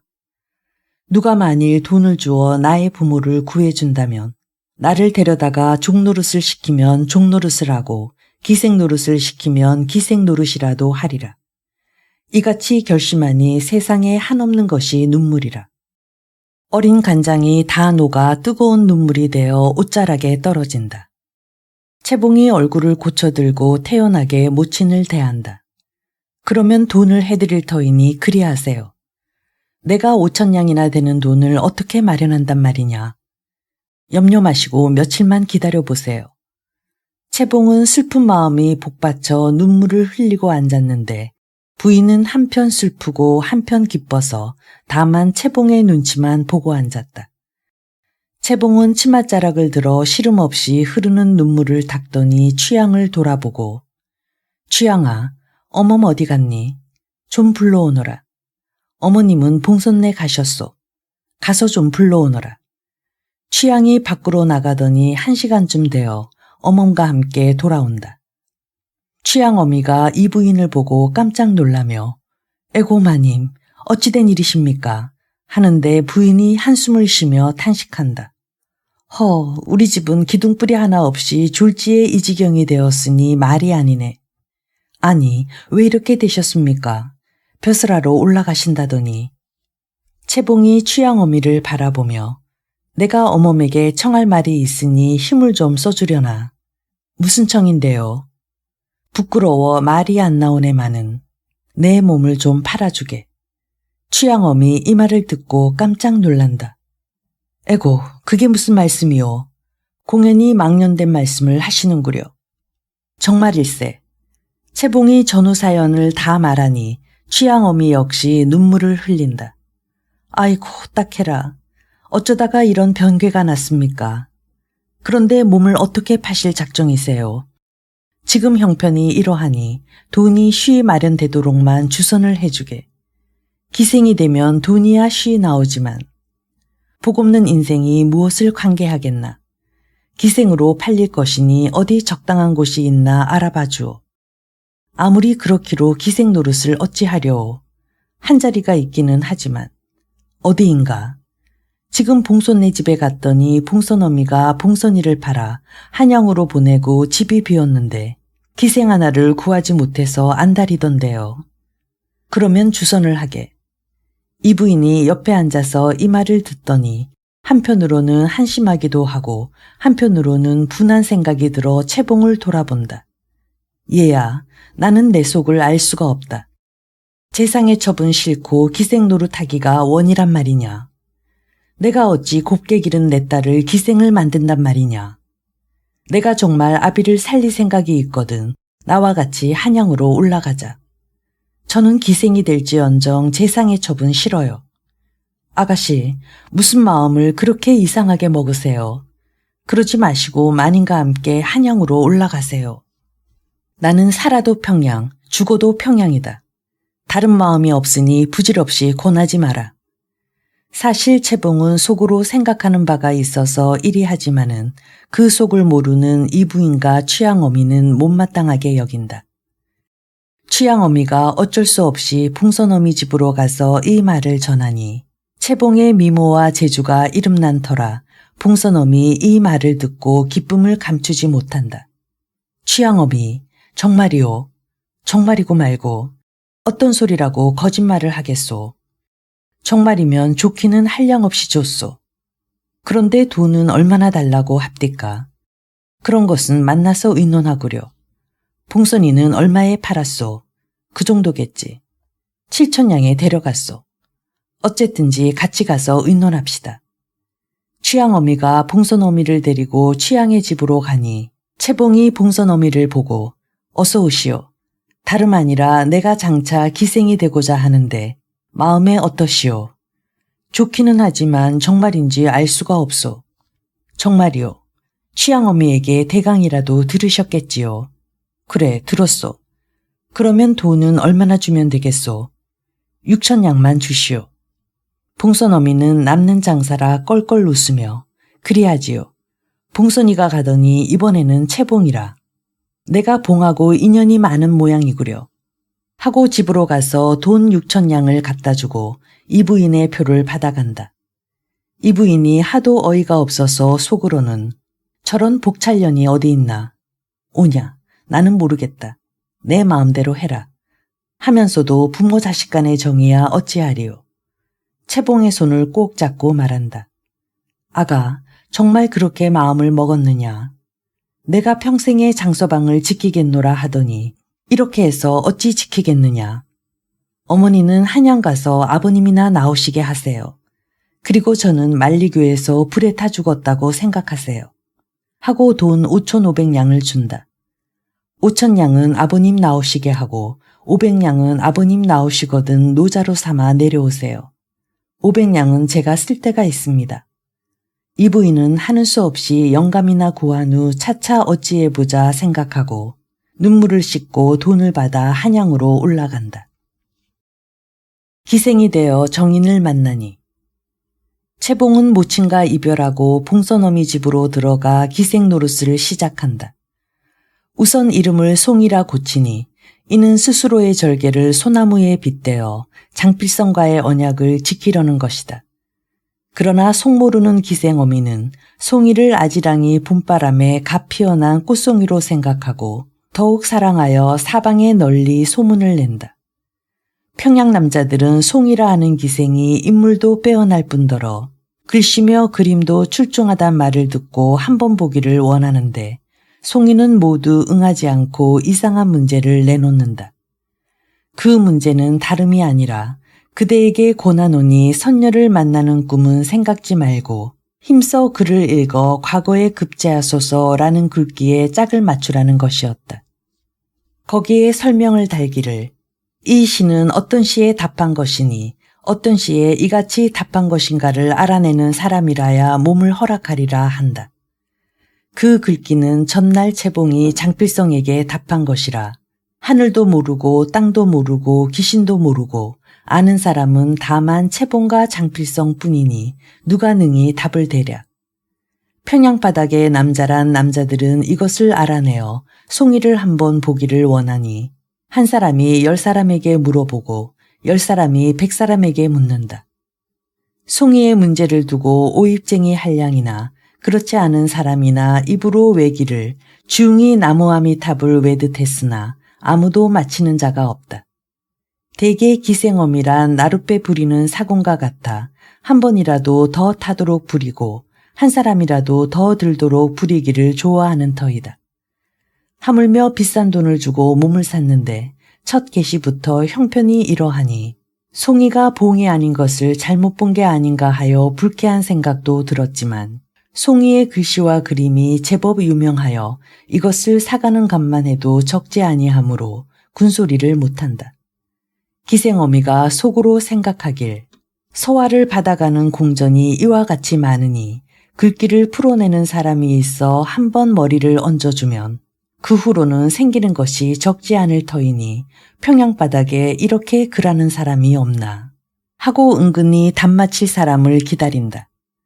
한편 장필성은 김진사가 서울서 내려오면 혼인을 하려니 고대했는데 김진사가 내려온 뒤 이 말 저 말 없이 집안이 모두 한양으로 이사갔다는 소리를 듣고 낙심천만이었다. 사람의 속은 알 수가 없구나. 마음을 단단히 먹고 다 잊으려 했지만 가끔 채봉이 보낸 답시를 꺼내보며 괴롭고도 그리운 마음을 이기지 못하고 있었다. 그러던 어느 날 한 친구가 와서 송이란 기생이 낸 문제를 얘기한다. 한번 생각해보게. 이런 시가 혹 있기는 한가. 장필성이 그 시를 보니 전날 김진사 집 후원에서 취향이 전해주던 채봉의 시라 한참 들여다보다 홀로 생각한다. 세상에 알 수 없는 일도 있구나. 이 글은 나와 채봉이 말고는 알 사람이 없는데 어찌하여 이 글이 기생의 방에 붙었으며 그 기생은 어떠한 계집이기에 글 푸는 사람을 찾는가. 내 한번 까닭을 알아보리라. 그러나 짐짓 겉으로는 모르는 채 하며 글쎄 아무리 생각해도 알 수 없네 그려 하고 친구를 보낸 뒤 곧장 송이의 집으로 달려가 기생어미를 찾는다. 기생어미 밤낮 이 일로 걱정하다가 글귀를 알아냈다는 사람이 왔다는 소식에 기쁨을 이기지 못해 쫓아나갔지만 의복이 초라한 사람이라 마음에 차지 않아 장필성을 유심히 본다. 한 번도 뵌 적이 없사온데 댁은 누구십니까? 나는 대동문 밖에 사는 장서방이요. 기생어미가 장필성을 데리고 들어오는데 장필성은 뒤에 서고 기생어미는 앞에 서서 송이의 방 앞에 이른다. 기생어미 곧이어 송이를 부른다. 송이야, 대동문 밖에 사는 장서방님이 글귀를 풀이하마 하셨으니 청하여 들어보아라. 송이는 적적하게 앉아 붓으로 매화와 난초를 그리고 있다가 대동문 밖 장서방이라는 말을 듣고 놀란 마음 불에 댄 듯 뜨끔하다. 드디어 정인을 만나 제 소원을 이루게 되었으나 지난 일을 생각하고 오늘을 생각하니 분하고 서러운 생각이 드는 까닭이다. 송이가 떨리는 목소리를 애써 감추고 그러면 들어오시라고 하세요. 기생어미가 장필성을 돌아보며 이리 들어오셔서 말씀하세요. 장필성이 방 안으로 들어서며 아랫목에 앉은 기생을 보니 하늘 아래 둘도 없는 김진사의 딸이요. 무늬에 붙인 글을 보니 분명히 채봉의 필적이다. 송이가 눈길을 넌지시 들어 들어오는 장필성을 보니 하늘 아래 둘도 없는 글이던 님이라. 서로 말문이 막혀 한참 앉아 있다가 송이가 안이 나오는 목소리를 억지로 쥐어짜서 글귀를 푸신다니 말씀하세요. 하니 이는 기생어미가 보는데 감히 아는 척을 하지 못해서이다. 장필성이 그제서야 송이를 바라보고 내 성심껏 말해보겠지만 자네 생각과 맞을는지 하며 글귀를 수건에 써서 주니 송이 눈에 눈물이 그렁그렁하다. 송이가 얼굴을 겨우 들어 기생어미를 쳐다본다. 장서방님이 마치셨습니다. 기생어미는 그동안 오래 기다린 터라 마친 것만 다행히 여기고 아무 내력을 모른다. 두 사람의 마음은 두 사람이 알 뿐이다. 장필성은 채봉이 무슨 일로 기생이 됐는지 궁금했지만 묻지는 못하고 무료하게 앉아 있는데 송이가 기생어미를 보고 어머니, 오늘은 장서방님을 모시고 잘 터이니 뜨뜻한 장국이나 장만해 주세요. 하니 기생어미는 급히 나가서 장국을 마련하며 속으로 장서방이 넉넉지 못한 모양인데 마수거리에 허탕이 아닐까. 오냐, 그래도 관계없다. 이제부터 송이가 오입을 개시할 터이니 봉을 하나 잡았구나. 하고 장국을 장만하여 겸상을 하여서 들여놓는다. 세상에 글이라 하는 것이 보배올시다. 글 아니면 오늘 장서방님께서 저런 꽃같은 기생에게 어찌 머리를 쪽지어 주시겠습니까? 송이는 부끄러워 고개를 숙이고 얼굴이 빨개진다. 겨우 진정하고 겸상한 장국 한 그릇을 내려놓으며 서방님은 지난 일을 잊으셨는지 모르되 첩은 비록 몸은 기생이 되었으나 조금도 더럽힌 일이 없습니다. 더럽다 마시고 장국을 드신 후 저와 같이 잠자리에 드셔서 가약을 맺도록 하옵소서. 첩의 몸이 이렇게 된 사연은 이따가 말씀드리오리다.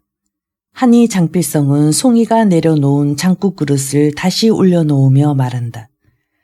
지난 일을 말할 것 없이 그대가 이렇게 된 것은 모두 나의 불행이네. 정다운 얘기는 이따가 하겠지만 이제는 신분 예의 범절을 벗어버리고 같이 먹세. 송이는 구슬 같은 눈물이 떨어지는 것을 막지 못하고 억지로 두어 젓가락 먹은 후 상을 물리고 밤을 맞는다. 때는 춘삼월이라 만물이 피어나 온 세상에 따사로운 기운이 넘치고 밝은 달은 비단창을 낱같이 밝히고 동산에 우는 두견새는 서로 화답하나 사람 마음은 오히려 심란하다. 두 사람은 예전에 후원에서 꿈결같이 만난 뒤로 마음속으로 늘 그리워하다가 이같이 마주 앉기가 오늘이 처음이다. 채봉이 생각하기에 그때는 달빛 비치는 별당 후원에서 규수의 몸으로 만났지만 오늘은 기생집에서 기생의 몸으로 임을 대하니 사모하는 마음은 여전하지만 상대방의 생각이 어떤지 알 수 없어 걱정스러운 마음에 말 못하고 한참을 그저 앉아 있었다. 이윽고 장필성이 먼저 입을 연다. 전에는 규수라 함부로 말을 못하였지만은 오늘은 기생송이로 대접할 수밖에 없네. 그래, 어찌하여 기생의 몸이 되었는가. 이 말을 들은 송이는 슬픈 마음이 복받쳐 올라 뜨거운 눈물을 치맛자락에 뚝뚝 떨어뜨린다. 장필성은 송이의 마음을 짐작하고 측은하고 가엾은 생각이 들어 위로한다. 여보게, 자네 몸이 비록 기생이 되었으나 전날 후원에서 맹세한 마음은 조금도 변치 아니하였네. 무슨 일로 이같이 됐는지 이야기나 해보게. 송이는 수건으로 눈물을 씻고 서방님께서 이처럼 말씀하시니 더욱 몸둘 바를 모르겠습니다. 첩이 전날에는 규중처녀라 배필로 인정하셨겠지만 오늘은 기생의 몸이 되었사오니 어찌 배필로 알아주시겠습니까? 몸은 비록 깨끗하게 지켰지만 누가 알아주겠습니까? 정절이라 하는 것은 여자의 목숨보다 귀한 것을 첩인들 모르오리까? 몸이 죽을 지경에 들었는데도 죽지 아니함은 죽어도 잊을 수 없는 임을 보기 위함이었습니다. 또 첩은 비록 부모로 인해 기생으로 팔리었사오나 몸이 1만 번 죽어 없어지더라도 수절 2글자를 지킬 것이니 버리지 마시고 거두어 주옵소서. 염려 말게. 자네 마음이 이러할진대 나도 정남 2글자를 저버리지 아니할 것이네. 또 비록 자네의 몸이 일시애군으로 이같이 되었으나 마음이 변치 않은 줄을 아는 바이니 나는 자네를 정초로 맞을 것이네.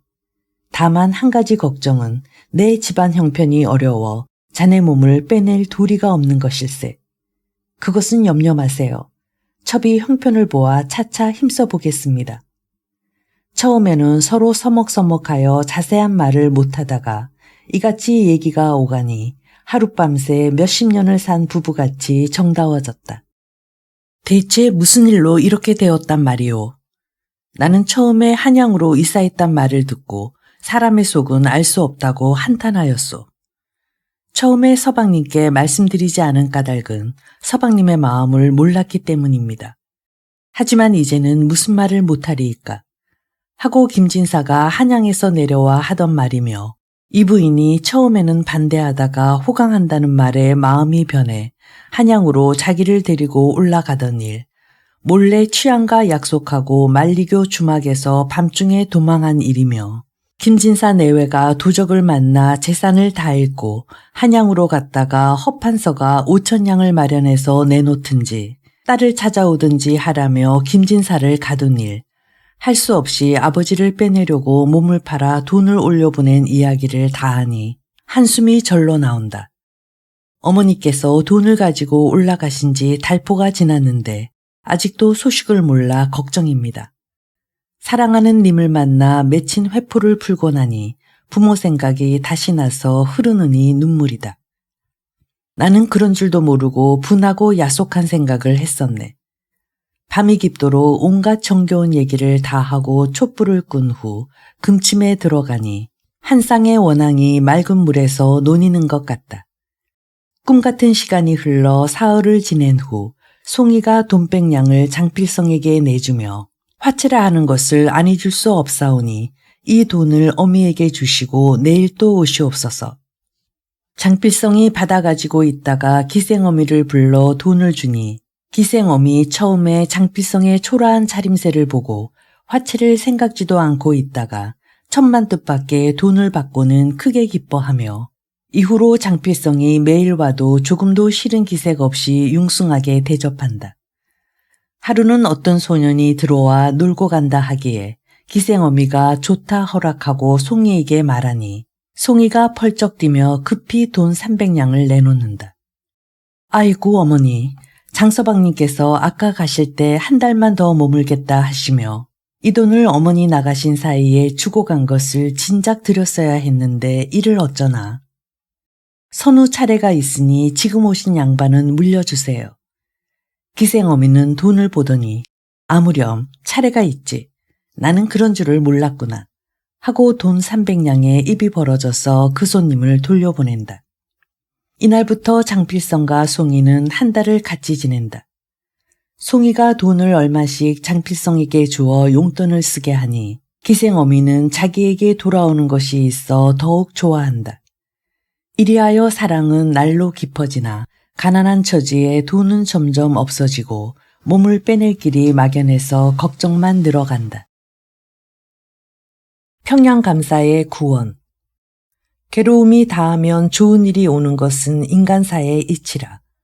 이때 평양감사로 내려온 양반은 당시 명망이 조야에 자자한 이보국이라는 인물이다. 나이 80에 안 지낸 벼슬이 없었는데 무슨 인연인지 평양감사만은 못 지내다가 평양 경치가 좋단 말을 듣고 경치도 구경할 겸 을밑대 아래에 집을 크게 짓고 평양감사로 내려왔다. 하루는 이 감사가 송이라는 기생이 글씨와 그림에 뛰어나다는 말을 듣고 보고자 하여 부르니 송이가 감사의 부름을 받고 속으로 옳다. 오늘이야말로 이 구렁을 벗어나리로다. 하고 즉시 이 감사의 부름에 응한다. 이 감사가 송이를 보고 붉은 얼굴에 백발을 어루만지며 오, 내가 송이로구나. 들으니 내가 글씨와 그림에 뛰어나다고 하던데 과연 그러하냐. 송이가 두 손을 마주잡고 공손히 하는 말이 변변치 못한 것을 그렇게 물으시니 몸둘 바를 모르겠습니다. 내가 친히 보고 싶구나. 하며 문방사우를 내어놓는데 남포산 벼루, 산으로 만든 연적, 질 좋은 붓에 비단결 같은 종이라. 송이가 마지 못하여 섬섬옥수로 붓대를 잡고 먹을 진하게 갈아 종이 위에 글씨를 한다름에 쓰니 한 글자 한 글자가 주옥같이 빼어나다. 이 감사 감탄하는 눈으로 글씨를 본다. 과연 헛소문이 아니로구나. 글씨의 모양과 너의 품행을 보니 기생될 아이는 아닌데 어찌하여 기생이 되었느냐. 이 말을 들은 송이는 감사에 인자하고 넓은 도량이 자신을 도와줄 듯하여 반가우면서도 한편 옛날 일이 떠올라 창자가 끊어지는 것 같다. 첩은 본래 성 밖에 살던 김진사의 딸로 양가의 규수였는데 부모의 빚을 갚으려고 스스로 몸을 팔았나이다. 허허, 가히 효녀로구나. 그런데 너는 원래 천인의 자식이 아니란 말이냐. 너의 부모는 도대체 어디 있으며 무슨 빚이 있단 말이냐. 송이가 안색을 가다듬고 김진사가 서울로 벼슬을 구하러 간 일과 모친이 내려와 빚 걱정하던 일, 부득이 몸을 팔아 돈을 마련한 일을 대강 말하니 이 감사가 감탄에 마지 않는다. 이때 이 감사는 나이가 많아 시력이 약한 탓으로 많은 공사를 일일이 볼 수 없어서 아전들더러 그를 보고 대강 뜻을 말하게 하여 일을 처리하고 있었다. 그러나 항상 미덥지 못하여 마음에 들지 않던 터였다. 감사가 생각하되 저 기생이 글솜씨가 뛰어날 뿐만 아니라 나이 어린 여자이니 문자를 보게 하면 남자보다 꼼꼼할 것이요. 또 내가 제 몸을 애군에서 건져주면 은혜에 감동하여 정성껏 일을 할 것이니 내 저 아이를 곁에 두고 일을 거들게 해야겠구나. 하고 자석을 조용히 하고 송이를 불러 얘야, 내가 눈이 어두워 문서가 들어와도 친히 읽지 못하니 내가 내 눈이 되어 문자를 살펴주면 어떻겠느냐. 내 곁에 있으면 내 부모를 만나기도 자연 쉬울 것이고. 송이가 그 말을 듣고 기뻐 어쩔 줄 몰라 날듯이 일어나 절을 한다. 저같이 천한 기생을 불쌍히 여기사 바다와 같은 은혜를 베풀어 주시니 백골이 진토되어도 잊지 못할 것입니다. 하오나 몸값이 있어 받들어 모시지 못하겠나이다. 내가 너를 부리고자 할 때는 몸값을 주고 데려온다는 것이지 그저 데려올 리가 있느냐. 대간절 몸값이 얼마란 말이냐. 본전이 6천냥이 올시다. 오냐, 그건 걱정 마라. 즉시 사령을 시켜 기생어미를 불러들여 돈 7천냥을 내어주며 송이를 내가 부리고자 하여 본전에 1,000냥을 더 주는 것이니 내 마음은 어떠하냐. 기생어미의 생각에 손해보는 것 같으나 어찌하리요. 몸값을 아니 주셔도 받지라 하시면 거역 못할 터이온데 하물며 돈을 더 보태주시니 무슨 잔말을 하오리까 하고 7천냥을 받아가지고 나온다.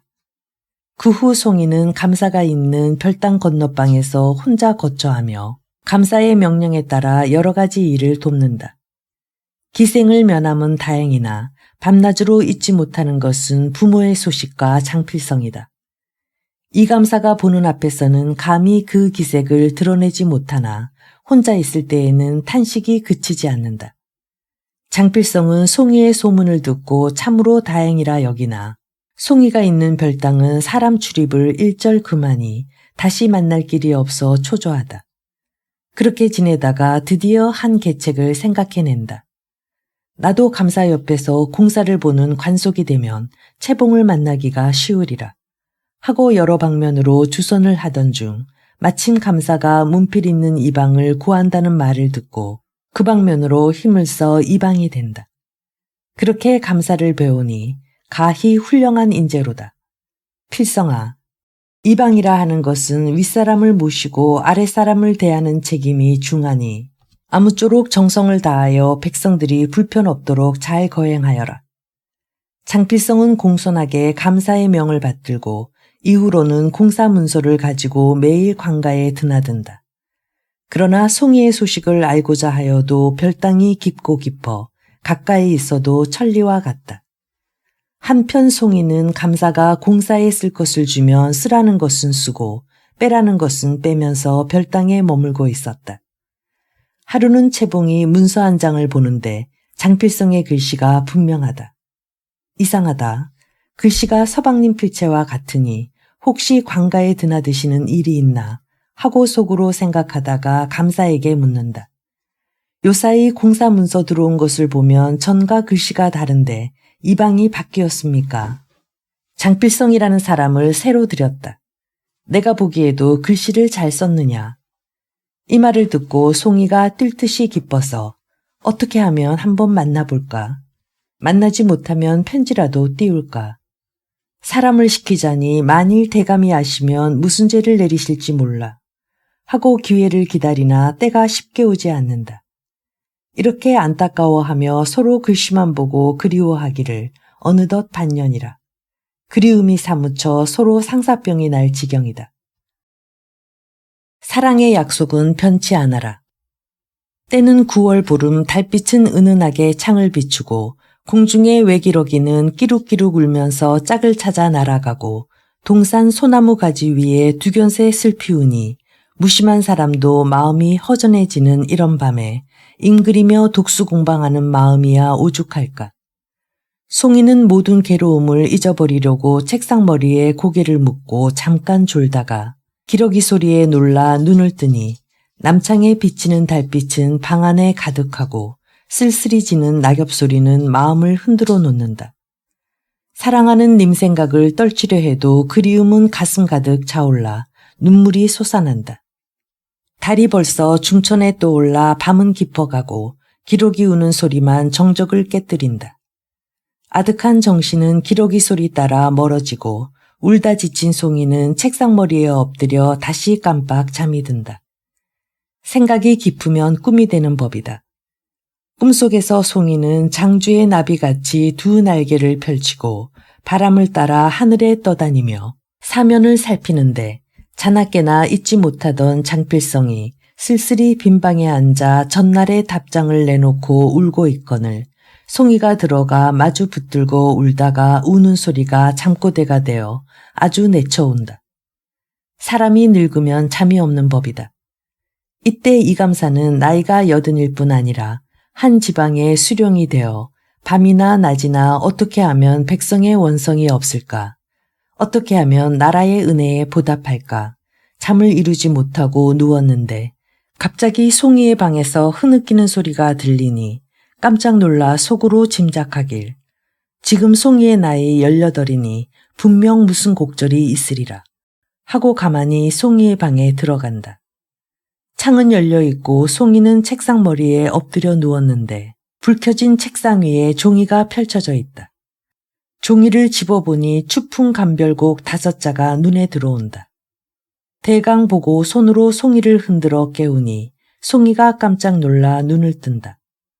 송이는 눈앞에 서 있는 감사를 보고 어찌할 줄 몰라 급히 일어서는데 이 감사가 종이를 말아들고 송이야, 놀라지 마라.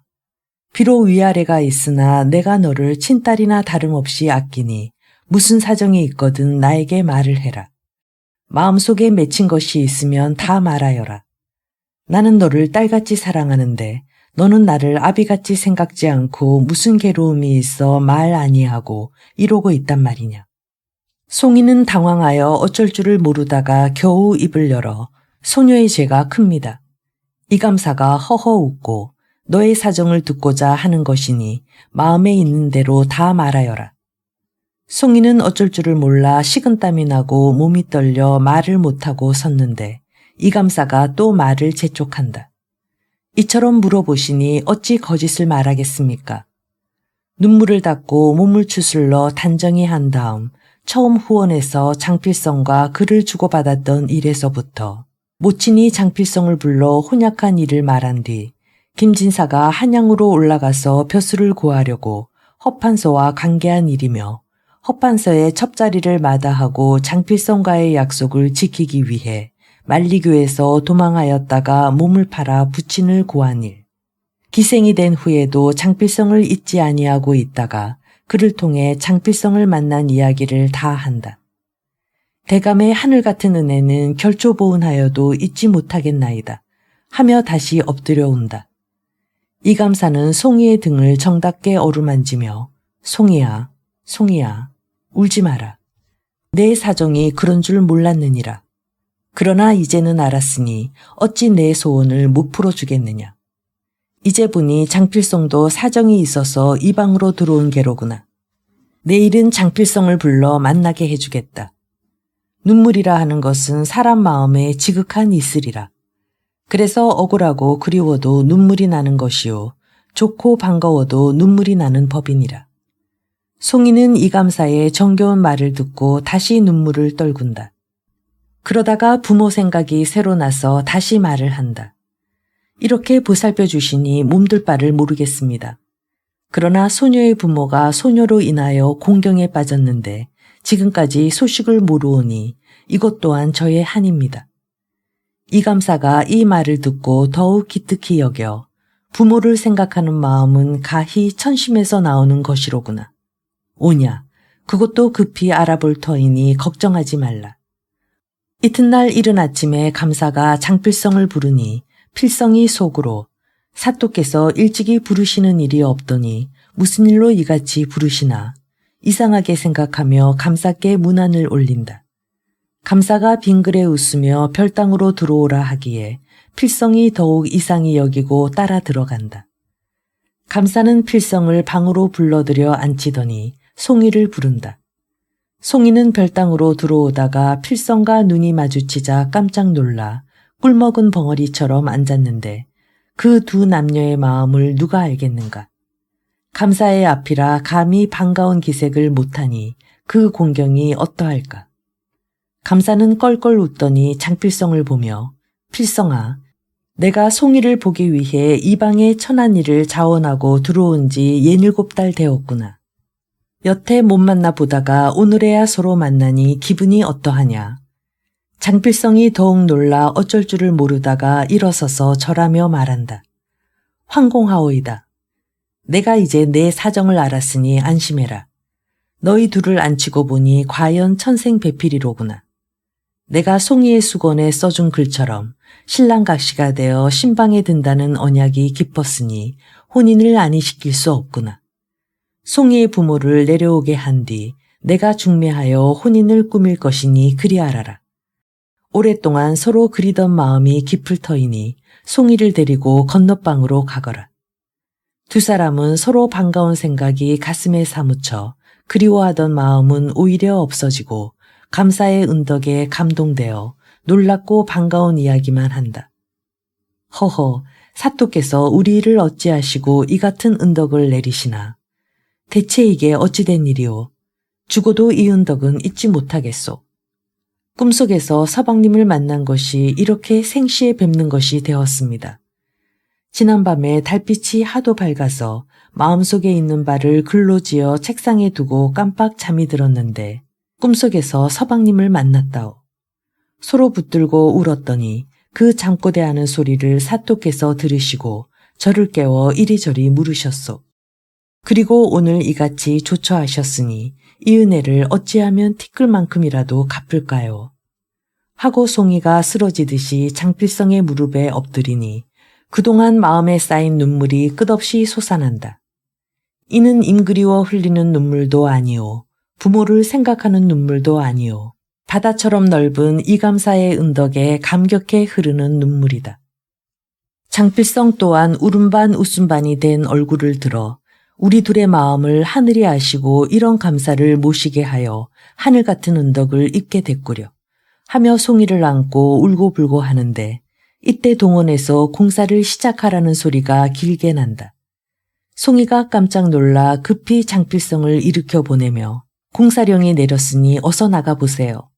이제 우리는 원이 없거니와 부탁드리건대 은혜를 생각하여 공사에 더욱 힘써주세요. 장필성이 웃으며 대답한다. 부탁한 말 명심할 것이니 하루바삐 장인 장모 돌아오시도록 주서나오. 만덕산 늦은 안개가 햇살에 사라지듯 얼굴에 가득하던 근심이 기쁨에 사라진다. 그날 감사는 공사를 시작하며 이방 장필성을 시켜 형주에 보낼 보고문서를 쓰게 한 후 김진사를 빼내기 위해 급히 사람을 한양으로 올려보낸다. 세상 일은 귀하고 천함이 하늘에 달렸고 기쁨과 슬픔이 돌고 돈다. 평양성 안에서는 한 소녀가 이러한 풍랑을 겪고 차차 좋은 운세를 맞이하지만 500여리 바 옥중에 갇혀있는 김진사는 이를 어찌 알며 또 하늘 높은 줄 모르고 치솟던 허판새의 세도는 곤두박질 칠 날이 코앞인 것을 짐작이나 하였는가. 한편 이 부인은 평양에서 채봉과 이별하고 한양으로 올라가 돈 5,000냥을 허판새에게 바치고 김진사 불려나오길 손꼽아 기다리나 감감무소식이다. 허판서는 돈을 받은 뒤 과천 현감의 자리까지 빼앗고 양반을 속였은 즉 딸마저 찾아와야 무사히 나가리라. 하니 김진사 기가 막혀 내 딸은 벌써 죽었으니 나를 죽이든지 살리든지 대감 마음대로 하시오. 하며 악을 쓰나 계란으로 바위치기라. 허판서 더욱 노하여 아주 옥중 귀신을 만들리라 하고 여전히 가두어둔다. 이 부인이 생각하길 일이 이 지경이 되었으니 평양으로 내려가 채봉에게 말하여도 소용없겠구나. 더구나 이제는 채봉이가 오고 싶어도 올 수 없으니 죽으나 사나 여기서 끝을 보리라 하고 남의 집에 방을 얻어서 싹바느질을 하며 김진사의 옥바라지를 한다. 하지만 얼마 안 되어 허판서는 반역의 마음을 먹다가 발각되어 삼족이 멸하고 그 집안에 출입하던 사람들은 죄의 가볍고 무거움에 따라 각기 처벌되는데 김양주는 죄가 무거워 목이 베이고 갇혀있던 김진사는 우선 형조로 옮겨졌다. 마침 이때 평양감사에 보고가 들어오니 조정에서는 의심치 않고 김진사를 무죄로 풀어주었다. 김진사가 하늘의 은혜에 감사하며 옥문을 나서니 이 부인이 옥문 앞에서 기다리고 있다. 서로 반가워 붙들고 한바탕 통곡하는데 만일 채봉이가 아비만 믿고 허씨와 인연을 맺었더라면 어린 자식이 끔찍한 지경을 당하였을 것이니 기생으로 팔려서도 죽은 것보다는 다행이요. 아무리 그렇다 하여도 채봉이를 볼 낯이 없구려. 이 역시 운수소관이라 사람의 힘으로는 어찌할 수 없나 보오. 지나간 일은 그만 탓하고 평양으로 내려가 채봉의 몸이나 빼낼 궁리를 합시다. 하고 즉시 길을 떠나 평양으로 내려간다. 산천풍물은 그대로 있건만은 사람은 어찌 이다지도 달라졌는가. 불쌍한 채봉은 누구에게 몸을 의탁하였는고. 김진사 내외가 우선 취양의 집으로 찾아가니 취양 모녀 반기며 인사를 한다. 김진사는 먼저 채봉의 소식을 묻는다. 아가씨 잘 있느냐? 예, 잘 있습니다. 하고 그동안 봉선어미 집에서 장필성을 만난 일이며 이감사가 몸값을 내고 데려간 일을 자세히 말한다. 김진사 내외 이 말을 듣고 얼굴에 기쁜 빛이 가득하다. 그러면 그간 아가씨를 보았느냐? 감사댁에서 외부인은 남녀를 불문하고 들어가지 못하게 하여 뵙지 못하였습니다.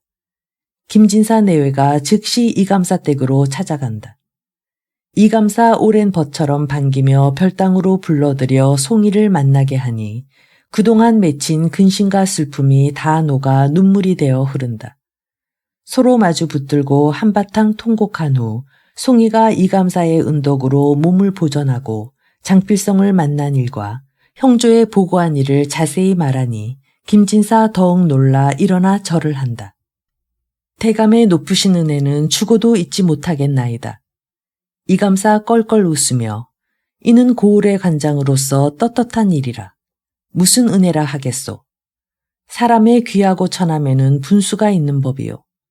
헛된 명예를 바라면 패가 망신하기 쉬우니 어린 자식을 생각하여 뒷날을 조심하시오. 그대는 복이 많아서 송이 같은 딸을 두고 장필성 같은 사이를 보게 되니 참으로 부럽구려. 오늘 송이를 내어주니 서둘러 혼인을 올리고 가정을 편안케 하시오.